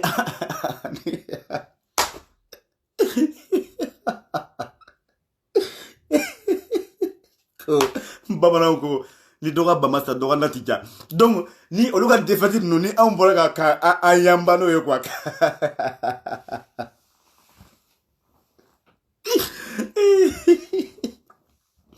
ni anw bɔra k'an sewa n'o ye o de man di o de bɛ c'est o de bɛ a ka gato ko non t'a fɔ n tɛ nin de kɛ o de b'u sɔgɔ o de b'u faga o de man d'u ye quoi donc pour que k'o ko nin bɛ éviter k'olu ko dogo u b'u sigi cɛkɔrɔba b'i sigi nkalontigɛ la quoi ni ala la kɛra cɛ ko yɛrɛ ko i ma taga dɛ ko bora poste de la yel ko ka déclaration on aw jo nya me yel ko da ko yel ko ka démission la ka ba ka poste de la ko ka ta poste la ou bien ka bora ka poste de la dron et puis il est dans le CDR yel ko mo fo il vient de le dire j'ai donné ma démission du CDR à Rasbach alami ay ta fa de zago wole kana alami mimbe sira min kan na amay hakina ni yamba fanyana ni mimbe kata sira mfa ani mo munu jena ani mo munu ma jew ani mo munu ko do na nyogona bi fo kata tension fenga ni CDR ni nyogontie mirina ni en termes de conseil j'ai tout le temps donné ça aux gens et que les gens comprennent aujourd'hui le fait de dire que bon j'ai rendu ma démission du CDR cela ne veut pas dire que ko be ni mo moi je reste ouvert à tout le monde bon awni ala la krache na ya sro ka bora poste d'honneur à la poste de là mais il est toujours dans le CDR on est pourquoi il y a quoi vient sur la page de Iboussi qui est en conflit avec Rasbat non Arasta est en conflit avec Iboussi plutôt parce que Iboussi comme on fait là qu'elle était Iboussi ne côté mais Arasta était Iboussi fait il déteste Iboussi pourquoi parce que Iboussi le régime de au corps sur arabe bakla bebe ka Iboussi goshibi bebe ko kele pourquoi Yelkoy est dans le CDR. Pourquoi Yelkoy vient s'exprimer sur la page de Iboussi et non sur la page de Rasbach lui-même? Pourquoi? Et non sur les pages du CDR ou sinon les membres du CDR. Pourquoi? Depuis Orlabna Famia Kavoko, Yelkoy n'est plus CDR. Yelkoy Tara. Yelkoy est une dabon kamari. Pour que Moro Kado, Halibi Nim Dutime Moromo, Kado Kafkali Rasa Teble. Alia billahi ana rasa teble wa Iboussi ka pajika ni do farale ko ga rasa fa parce que arankini mba la kataka Iboussi ma wa tati ka yel ko la blé mais c'est grave folklore quoi wonu sigi kube fon fenge billahi yel ko be ga suturali yel ko e kuma munu fo ay kuma munu fo privé la ne ni be ne be kalam wa be dalu be preuve be adantoye yel ko ya yira ka fo parce que ntina kuma be fo ngana fo kumna ayre kakla adu nun kun kar nyogona mais fom ben ala te billahi talay yel ko rasa ale mohusa ko rasa ale tono fom ben samperete billahi kaya tono aya mohusa wana le mani ko nkesa ale ka carrière ko de bana peo parce que le pays de bina fermé et pourtant démission de Tchema pour que abse ka fenge tuko na kana jeto na Tchema son a publié ma son a médiatisé pour que parce que tout simplement a été allé arranger donc Wulutigi 5e colonie allez mirla ayre kele ga intérêt là comme toujours ka yel ko il a fili au bem ko ka sa wa bna yede bebi chunga boni ko kelengeli kuma min fora odo de aw be nyogo yin nga ya dondo nugo e be fe na libia nugo e fera kumbala na maka ga foma tu hale munu be ka bobbi ka video ke ka 5e colonne deme abela jele wa dono be na kala nya fo de lion even nga kuma do de nim fin flan ka fo lion even na ne kuma ko aw be nyogo yin nga eche ni ndoni kwere fo ni ku ya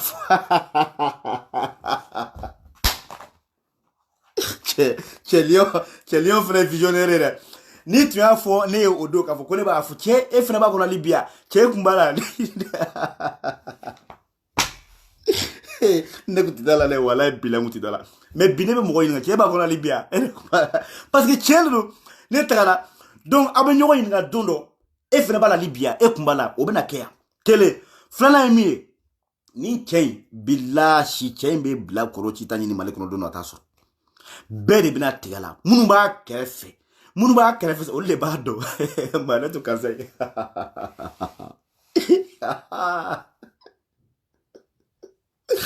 font mais parce que yele ko de quoi ni dabal le bana fait mimbe kenaka cheka ko de bana Wulutigi ka ko de bana peu parce que mo de tura ko munu ya faga ka ko banto aw son aw ye kuma be fon aw maya aw beta aw no la bide on est toujours incontestable billahi toujours sur le même chemin wanga fari bi ko didi an la men wo mo ba an femo an kanu be mo yoro la aw munu ko aw be sekola aw fle bi alors te boka video keble aw be mu foble aw te passer mo shi aw ire ala aw kuma kan gansa be mo la billahi mo hage me ne wole ka fonina ko kasare kasa aleta fika karsa de kuma kame no ye Wulutigi ka agara sa jatoni miano billahi mogo ta fe ko kuma parce que o kuma ni mogo ye Wulutigi yara kon tew o ka ko de bana u nana barkatigi den minnu kun b'a kɔ n'o dɔ ye ne n'o dɔ ye bala yɛrɛ n'o dɔ ye jɛnɛ ye n'o dɔ ye dani ye n'o dɔ ye matu ye n'o dɔ ye nasira ye n'o dɔ ye janɛti ye n'o dɔ ye fatuzara nu ye n'o dɔ ye saranjɛlew ye n'o dɔ ye jessica metew ye n'o dɔ ye maimuna kamaraw ye n'o dɔ ye maliden halalaw maliden yɛrɛ wolo hɔrɔnw fasoden ɲumanw an bɛɛ y'a bila wa an bɛɛ ye barikatigi den de saranjɛlew an bɛɛ y'a bila anw bɔra a kɔ na sari kalabanci de bɛn'i sigi ko mɔgɔ minnu bɔra nin kɔ ko b'a fɔ ko Bɛsiri b'a fɔ k'olu ye fasoden ɲumanw ye k'olu ye barikatigidenw ye ko sari ko an ye kɔnɔ ku de an ye fɛ kɔnɔ cɛmanw de mais e yɛrɛ bɛ bi e tɛ tigati ni e kun bɛ se ko la bilahi e ka wulutigi kun tɛ échoué 5e colonne kun mana cɛ o cɛ min na anw de kun b'o tigi torpiller k'o tigi faga pewu n ko a kun tɛ bilahi talahi a kun tɛ ku cɛla diɲɛ kɔnɔ i ka wulutigi tɔgɔ tigɛda la parce que i b'a dɔn min b'a kɔfɛ bilahi i kun b'a dɔn min b'a kɔfɛ mais bɛɛ y'i cu wa sama bali ne ka cɛ ne yɛrɛ kelen ka cɛ sama bali sama bali o fana bɛ sira min kan alhamdulillah c'est bien hali bientôt o yɛrɛ fana b'i cu aw ma ye yan wulutigi kun na sax ka plateau kan aw b'a ye yen bilen a kun na DJ Match ka plateau kan aw b'a ye nɔ bilen a kun bɛna jɔnni mɔgɔ joli aw b'a ye jɔn ka radio la bilen aw b'a ye ka kuma jɔn fɛ bilen a ka intervention kɛyɔrɔ bɛɛ foni Afrika mɔgɔ y'a ta yɔrɔ olu ta la quoi et bien fait bien o ta la o débat nu fona kɛra o ye sinon ouverture média dɔrɔn a banna sinon radio tɔ ninnu mɔgɔ si mɔgɔ t'a la bilen personne Sam fana b'a bila billahi Sam b'a bila a bɛnna n'a cɛ Sam b'a bila Sam sama bali a ye moment donné a fana b'a cu tɛ dɛ parce que tiɲɛ kelen bɛ i se ka to tiɲɛ kɔ k'i bɛ to wulutigi kɔ quoi an ka yɛlɛ ko in lamɛn. Ce qu'on peut continuer à faire ensemble, c'est un grand frère. Au niveau de la lutte aussi, mɔgɔ min don a kɛra sababu ye n ye expérience caman sɔrɔ diɲɛlatigɛ kɔnɔna la n ka carrière kɔnɔna la donc an bɛ se ka fɛn minnu. Bon n'i ma démissionné ka bɔ CDR kɔnɔ pewu nin kuma nin bɛɛ bɛ fɔ nin bɛɛ tɛ fɔ o ninnu bɛɛ tɛ fɔ n'i ma démissionné nin bɛɛ tɛ fɔ. Fɛn dɔw bɛ yen n kan k'an jija cogoya bɛɛ lajɛlen na mɔgɔw kana déçoir na parce que u ye espoir de ta k'a fɔ bon karisa bon an jigi bi ka nin na bon walasa i ka se k'u fana sira ninnu olu ka se ka lasabati i kan ka bɔ yen fɛ i ka na donc je dois faire tout vraiment pour pouvoir combler leurs attentes. Voilà. Ok, kɔrɔ y'ale ko ye. Voilà. I kan ka bɔ yan fɛ ka na donc a bɔra yan fɛ a bɔra CDR la. Déjà que mɔgɔw commencé la ka commentaire sela baro kun kɛyɔrɔ la i ka kumakan laban ye jumɛn? D'accord n bɛ bɛɛ lajɛlen fo ka daminɛ i yɛrɛ la ani i ka ɲɛmɔgɔ n'o ye Ibou Sy ye n kɔrɔkɛ don ni n ko n kɔrɔkɛ don an bɛ ɲɔgɔn dɔn a mɛnna an ka collaboration kɔnɔ an ma deli ka tigɛ ɲɔgɔn na parce que respect mutuel de tora an ni ɲɔgɔn cɛ ni mago bɛ kunnafoni minnu na n b'a wele a fana ni a bɛ se ka conseil minnu di an ka baara hukumu kɔnɔna la a bɛ n bilasira ni o ye wa fana a ka baara hukumu kɔnɔna la n'a mago bɛ na fɛn o fɛn na n'a ye n wele n fana se min ye ka se k'a bilasira n b'o fana kɛ vraiment n b'a fo. Je ne m'attendais pas à cette interview aujourd'hui. De façon à kɛra surprise ye ma a sera bi n ka. Non o tɛ tiɲɛ dɛ Yalgoye ayi o tɛ tiɲɛ dɛ Yalgoye nin yɔrɔnin tɛ tiɲɛ dɛ n bɛ ka nin yɔrɔ labɛn n bɛ ka yɛlɛ quoi nin tɛ tiɲɛ dɛ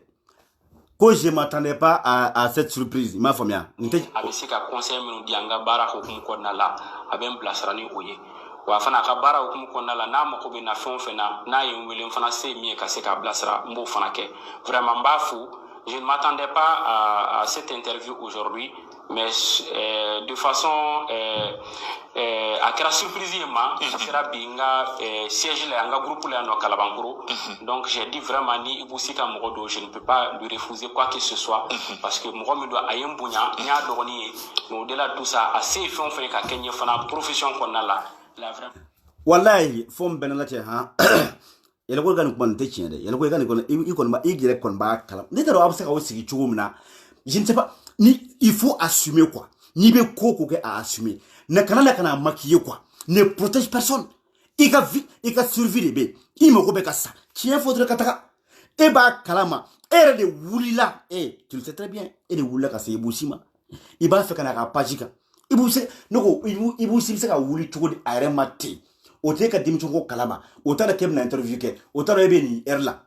ka wuli ten ka na e yɔrɔ la ka na dɔrɔn ko nana ka i interviewer d'autant plus que e b'a dɔn e b'a dɔn Ibou Sy ni Alassane u ka sɔ tɛ fi daga kelen kɔnɔ donc hali n'u nana e ma surprise la e bɛ se k'o accepter cogo di c'est pas vrai Yalgoye tu sais très bien c'est toi e yɛrɛ de y'a ɲini de donc ne b'o yɔrɔnin tiɲɛ fɔ dɛ ne b'o yɔrɔnin tiɲɛ fɔ hali n'a tiyara je m'en kii da la voilà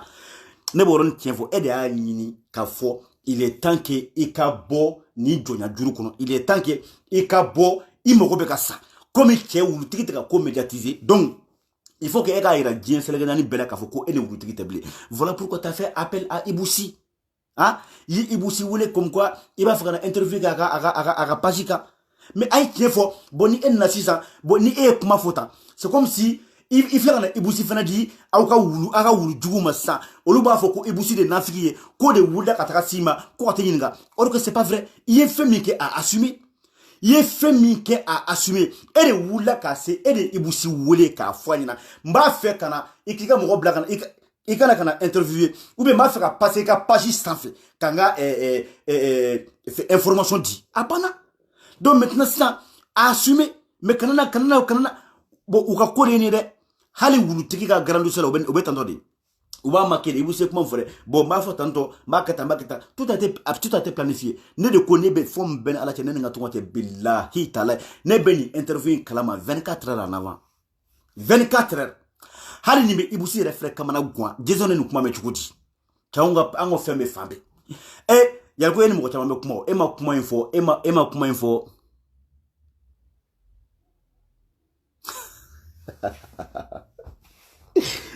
bo ema koy che bo beli sero wala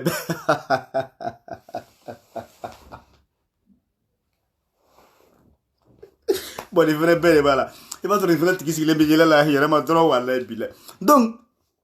et wula kasi Iboussi ma comme quoi il va faire ka passer à pagika parce qu'il y a des démission de Wulutigima à Banaka médiatiser. Le fait qu'il m'a médiatisé, le fait qu'il m'ota kalama. Donc, eka robe n'a fermé. Eka journal n'a fermé. Il m'a satola do. Donc, au t'est arrangé. Ça veut dire que Wulutigima a pensé à Erebakoun Drompel là, à Mokoté là.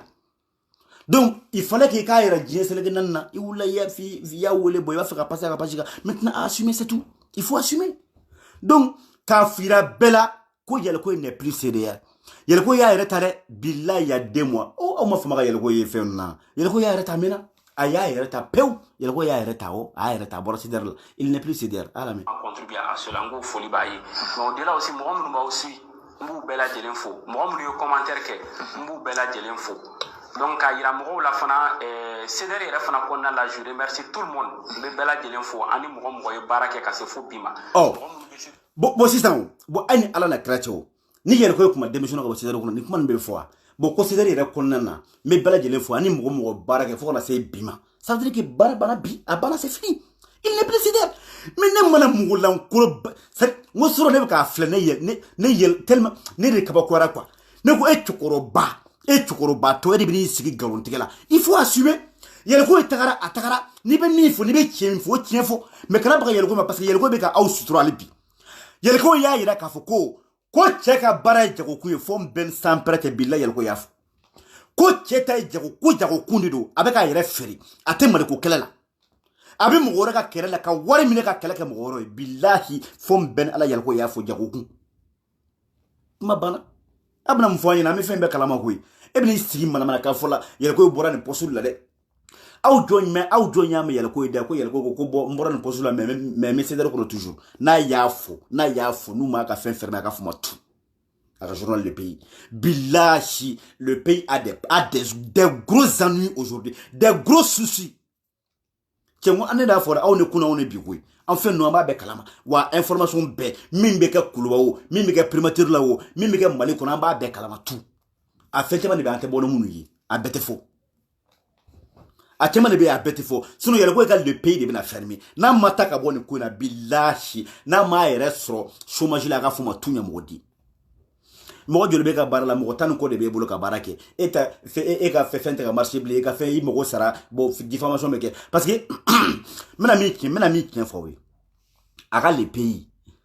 où nous tigi 5e colonne aba fa kuma munu fo pour que aller no kana mine ay histoire la mine ko ere tien mi mena mi fo ere billahi tout à la tatala pour que ngo awma le pays bina fermé parce que 5e colonne kuma min bada akanga ka mi fo abaro na ya fo il faut une source faka source de ti Parce que n'a y'a faux, c'est comme diffamation d'eau. Donc n'a y'a faux, c'est dans ma société. Après ça, condamner, après ça, amener. À nord, c'est amener cadeau kasola. Mais pour éviter ça, qu'est-ce qu'il fait? Allez les débats, à kanga kumaka mounfode. Allez les beaux lula ben, quand ça, qu'on oublie les pays quand. Quand il y a le quoi comme roman, ou quand publier le pays quand. Comme ça, après ça, les pays journalistes. Quand il s'y, quand les pays boranaï. Quand ça, qu'on argumente, qu'on commente. Bon, au cololo, au d'où il y a le quoi qui a sourcité. Moi, mi fait un public, allez, allez, ka sourcité, mais allez, bien, fort. Il y a le quoi qui n'a pas prévu dit. Donc, il y a là il y a le quoi, et quand journaliste ka mo diffamé, et quand journaliste ka boli fendoye, minte journaliste mi a barayi, minta kadra konna, abe saria soso. Voilà pourquoi il y a le quoi maintenant, il est condamné de se désolidariser du CDR et du Rasta. Parce que tant que CDR condamné, c'est comme s'il fait partie. Donc Rasta même baka au bolo baka miya ja abata ka blaga journal ka soro kan ita kan signo isa comme ça ni Rasta nom na so be ni Rasta yewula ka yininga ko yini kuma fa dalu be mi aba fa ale ma fo de journal de afo journal de les pays les pays au responsabilité ya o be jigi jonka yal koy be yal ko e boron ni source rojme yal ko tsaka kuma donc abe condamné bon ni source tibolo e ka bara de sisa ka mo diffamé e ka bara de galonté donc ka journal vraiment en tsaka ntona ma fermé voilà pourquoi yal ko c'est yal ko démission du CDR ka bo CDR ko peu ka taka ka bara ke indépendamment comme ça arasa be mana kan munu bla ka les pays ka ni signo o kuma te fobli comme ça allez bi bon au condamné raison be fla coroni ne de fla ka foyina atteso so bila atteso parce que na ma ke abena fermé ebni sigi kimna manona ka fo onyana ko yel ko ma démissionné de am boya fede bofu safu an taka ka boya no ma bela jele fo ka dira ka fo jamana e mirina kodi do lutti e mirina kodi nous sommes en démocratie et les gens sont libres d'avoir ça dit que des positions kono mais awkato adamadia ayawji ya tobe adamadia kana bo ni nyonche halla ka mirina tikili awji ya tobe akana fiedo awka adamadia kono voilà yoro kuma kon bana on est dans la démocratie et chacun est libre de défendre une position ou d'avoir une position. Donc, à quoi média te clé au cours de Haramadiati. Donc, allez te céder la blé, mais en to Haramadiana, abana kuma bana. Bon, every sigé na moulé fo onyana. Ni fani bade, boy ka fuko yako ma démission ka céder konana. Abitam ngame edema. Echam embolan koloy ni fani bade ni horonye ni horonye halala. Boy ka na fo onye ko yako ma démission ka céder konana. Molan kolo. Il ko démissionné na abora céder kono piou pourquoi mi flaka kuni fo onyana ni de aka journal de pays de aboku noye parce que wultigi mo demeli kama jago kun kama abeka cheka journal taka utiliser ka reka kuma akanga kuma kan munu fo mo made abori ta ko bla les pays sans fait kasoro kan yisigno ye sa ga radio la kasoro ko o kuma fo maintenant c'est ka source mais nani ne ka source mais abako ale ma fo de les pays de boranay sauf que ale comme ale bara kan kuma le fo de do ale da ta kabla les pays ka bon aux responsabilités au besoin engagé 100 avec yel ko de engagé yel ko be interpeller ka yel ko yininga ni kuma une fois dans le bemi mais sauf que yel ko ka kuma kante ala sa de ka kuma kandu yel ko tine sana dans lui a journal be fermé abe condamné abe jugé au début non les pays de bina fermé de a fois billahi tout ala tatala kuma be de fla coroni hecham awni ala che tokoroba dutigi musoti san bidru aniko ete mirini iyere hakilnai ete mirini yere miriyai jamana ko emi etofo ere miri sigi kuma be 5e colonne sari ngo ne ma nyona danga denye billahi anyona danga de video mono ne mai ate fefe wulla ko abeka fsanai tokoro bane experience ko kuma te debri stan joli be femina wa ceder ko bana awo ande yafo aw dan ye dabarani de aw dan aw dade ere ka fo aw ka saka munde ke bi so aw wula ka fambe ke manga ko ka bobe mina aw minena aw wula ne wula ka fo ya no arasa ye kuma mi fo wuluti 5e colonne ay kuma mun fo nya viro tike ka kla ka le procureur général procureur de la République ka interpellé Idrissa Arizo Maïga ou arasa ye kuma mi fo fona trabi sara suna kan amna ka do ko solo même pas 72 heures plus tard, Arasa a été arrêté katakana kasula makiano. On oula on be sara sara ko de ka abutibi. Do de ba onko wa barka de ba on katemi eka. Comme imote mo da facture sara. Min kadi da bara bi boy bi sigi bofo. E bi sigi kebe do fo beshirma. Beshiru shuka ftani enyana mai. Ibu si o shuka ftani enyana mai. O shuka ftani eka wulutri nyana mai. e de b'i sigi dabarabaya la e b'a ko Beshiri i tɛ malo yɛrɛ ko Beshiri dɛsɛra ko ka minɛn cɛ ko ka taa tunga na ko ka n'i sigi États-Unis k'o tɛ foyi la ko tabali ni feere e tɛ miiri e tɛ malo e bɛ jumɛn na jɔnya juru e bɛ jumɛn na livraison livreur ka hakɛ to o ka fisa ni tabalintigi wa tabalintigi dɛ o bɛ ka baara kɛ a yɛrɛ ka compte de la pression foyi t'o kan ni don min ye o ja dɛ o bɛ wuli k'a ka baara kɛ o tɛ jɔnya juru la dɛ mais e dun e bɛ ka baara kɛ tubabu de bolo u b'i girin k'i goro i kan ka taa yɔrɔ min olu de b'i bila ka taga yen i kan ka min kɛ olu de b'o f'i ɲɛna e min miiri o la e taara ko tunga na ko y a pas de sous-métier hali n'a kɛra minɛnɔgɔ ko de i b'o de kɛ n'o de b'i balo dignement ka wari sɔrɔ la o de ye halala ye e dun Beshiri ka fisa Beshiri ka hali n'a sɔrɔ k'a bɛ ka tabali de feere hali n'a sɔrɔ ko article kelen pe de b'a kun a ka tabali kɔnɔ bilahi ka fisa parce que o ye hɔrɔn ye pourquoi parce que o bɛ ka baara kɛ a yɛrɛ ka compte la a bɛ ka balo n'a yɛrɛ ka nafolo a yɛrɛ wɔsi e bɛ ka mun e ta ye jumɛn c'est à dire quoi ni danga yɛrɛ tɛ e kɔ e ɲɔgɔnna bilahi e ɲɔgɔnna danga den yɛrɛ tɛ Césaire kɔnɔ yɛrɛ e ɲɔgɔnna danga tɔ tɛ yen nɔ tu sais pourquoi cɛ wulutigi kana sigi yan nɔ 5e colonne k'a f'i ye k'i échouera u ka bɔ k'i fana i balini k'i gosi hali bi i bɛ tibi tabala o tigi kɔ k'i dɛsɛra i tɛ foyi la i échouera i jatile yɛrɛ tɛ bilen yɛrɛ tout simplement ko parce que ko i ye kuma mun fɔ anw ma n'i y'a bila bi an bɛna yɛlɛ la a don min na dɛ bilahi je prends l'opinion publique en témoin a don min na e bɛ cun wa e bɛ arasta wulutigi b'a gosi a bɛ k'an bɛɛ ɲɛna fura foyi t'a la bilahi a bɛ kɛ i b'i poro i yɛrɛ kan u ye bula don i la kɔsa na i bɔr'o kalama e b'a dɔn e tɛ se ka wulutigi défend bilen comme avant i tun b'a kɛ cogo min tu peux plus c'est pas possible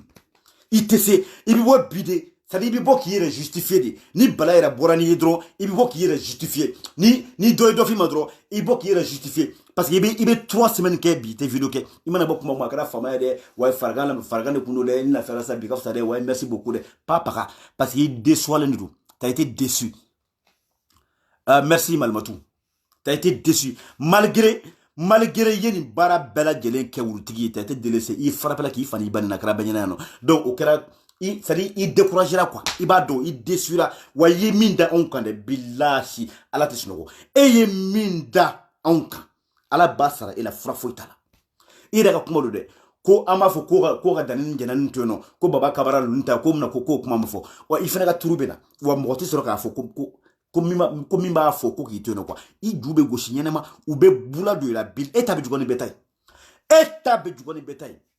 k'aw fo k'a wale ɲuman dɔn parfum bi yan a ye na parfum san ne bɛ n ka parfum feere n bɛna nin kuma ni fɔ ka bɔ yen ne bɛ n ka parfum feere bi alhamdulilayi rabbil alamina wa je sais que client caman bɛ yen minnu bɛ parfum san a caman bɛ yen pour que ka an encourager parce que an kanu b'o yɔrɔ la donc le fait que an bɛ ka nin baara kɛ dignement pour que an kana taa wari minɛ mɔgɔ bolo an kana corrompi mɔgɔw bɛ wari don an ka parfum na mɔgɔw bɛ wari don an ka fɛnw na k'an ka fɛnw san k'an encourager vraiment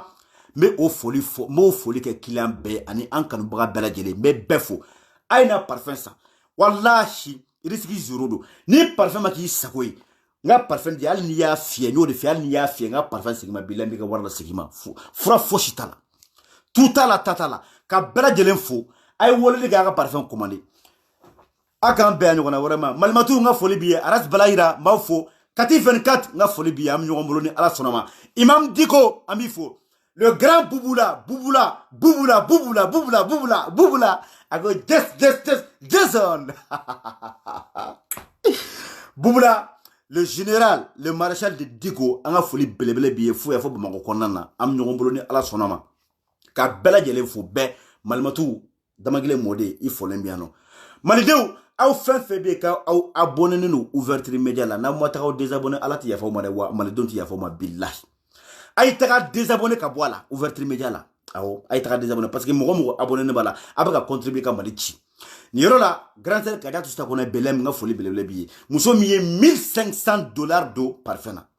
$1500 a y'o de don parfum na bilahi fo ya fo États-Unis cɛ hɛ n ka cɛmusobaw bɛ yen sa danni ka kuma dɔ gorobinɛw bɛ yen kuma caman tɛ yen olu tɛ kuma quoi kuma caman tɛ yen a ma san k'a feere dɛ k'a san u yɛrɛ ka parfum fiyɛta bɛɛ tɛ se ka kari dɛ $1500 grand sœur Kadiatou Sakɔnɛ n ka foli belebele b'i ye a y'i ka record kɔni a tɛ bati ne b'a dɔn a tɛ bati a mɔgɔ tɛ sɔrɔ min bɛ se ka kariya min bɛ kariya gorobinɛ bɛ yen dɛ gorobinɛ bɛ yen $1500 ka don parfum na bilahi l'Olympia a bien non pas koraban do kasa dan do nga chembalmake ima go bala nta privé là et ga Olympia petit sur fibara aho $1,500 bila o de parfum kaje sa kona belem am ngombolo ay parfum ça parfum bien non amenu fere de pour que en fenega balo dignement kasro amote voilà pourquoi me kuma amote mo ka warla aunte o kama mais yalla ko démission ko parce que ko ni jago kun bo jago kun de chebe miri ayre kelempe de la amote mo shila donc kaje sa kona ki faut ki wala mono $1,500 parfum chema ke flom somaki billahi chema ke musomaki na nyongote nyongomana groupe ne be sa kaje sa kona ndakuma wala ka kuma wancho halu ta discuter haram halu ta discuter kabako dandedu donc il faut le mot là ka bela jene fo ko ayna parfum ça ni ala sonoma aya communiquer 06 51 82 09 36 ay appel que droga parfum ça anga jene wasa clamer anga sugar fasala mais sugar ni anga hashimi amolu fasala mais amta ko baya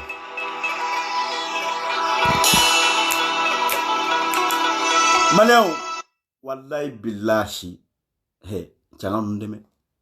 changa ndeme, ko ata vidéo combien minutes là, 1h58 minutes,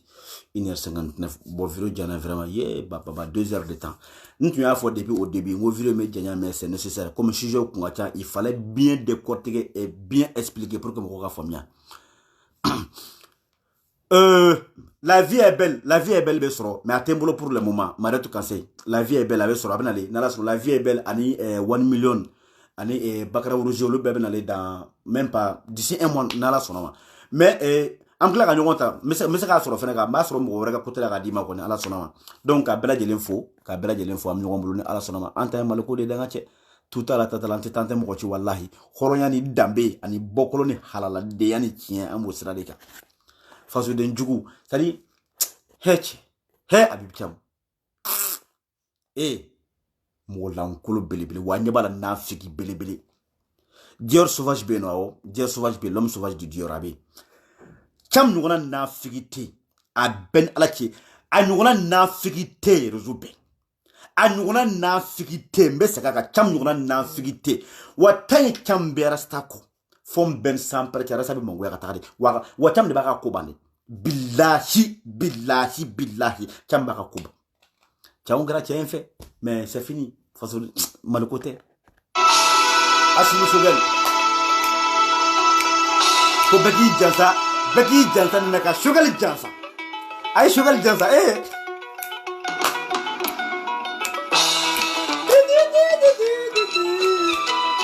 Allah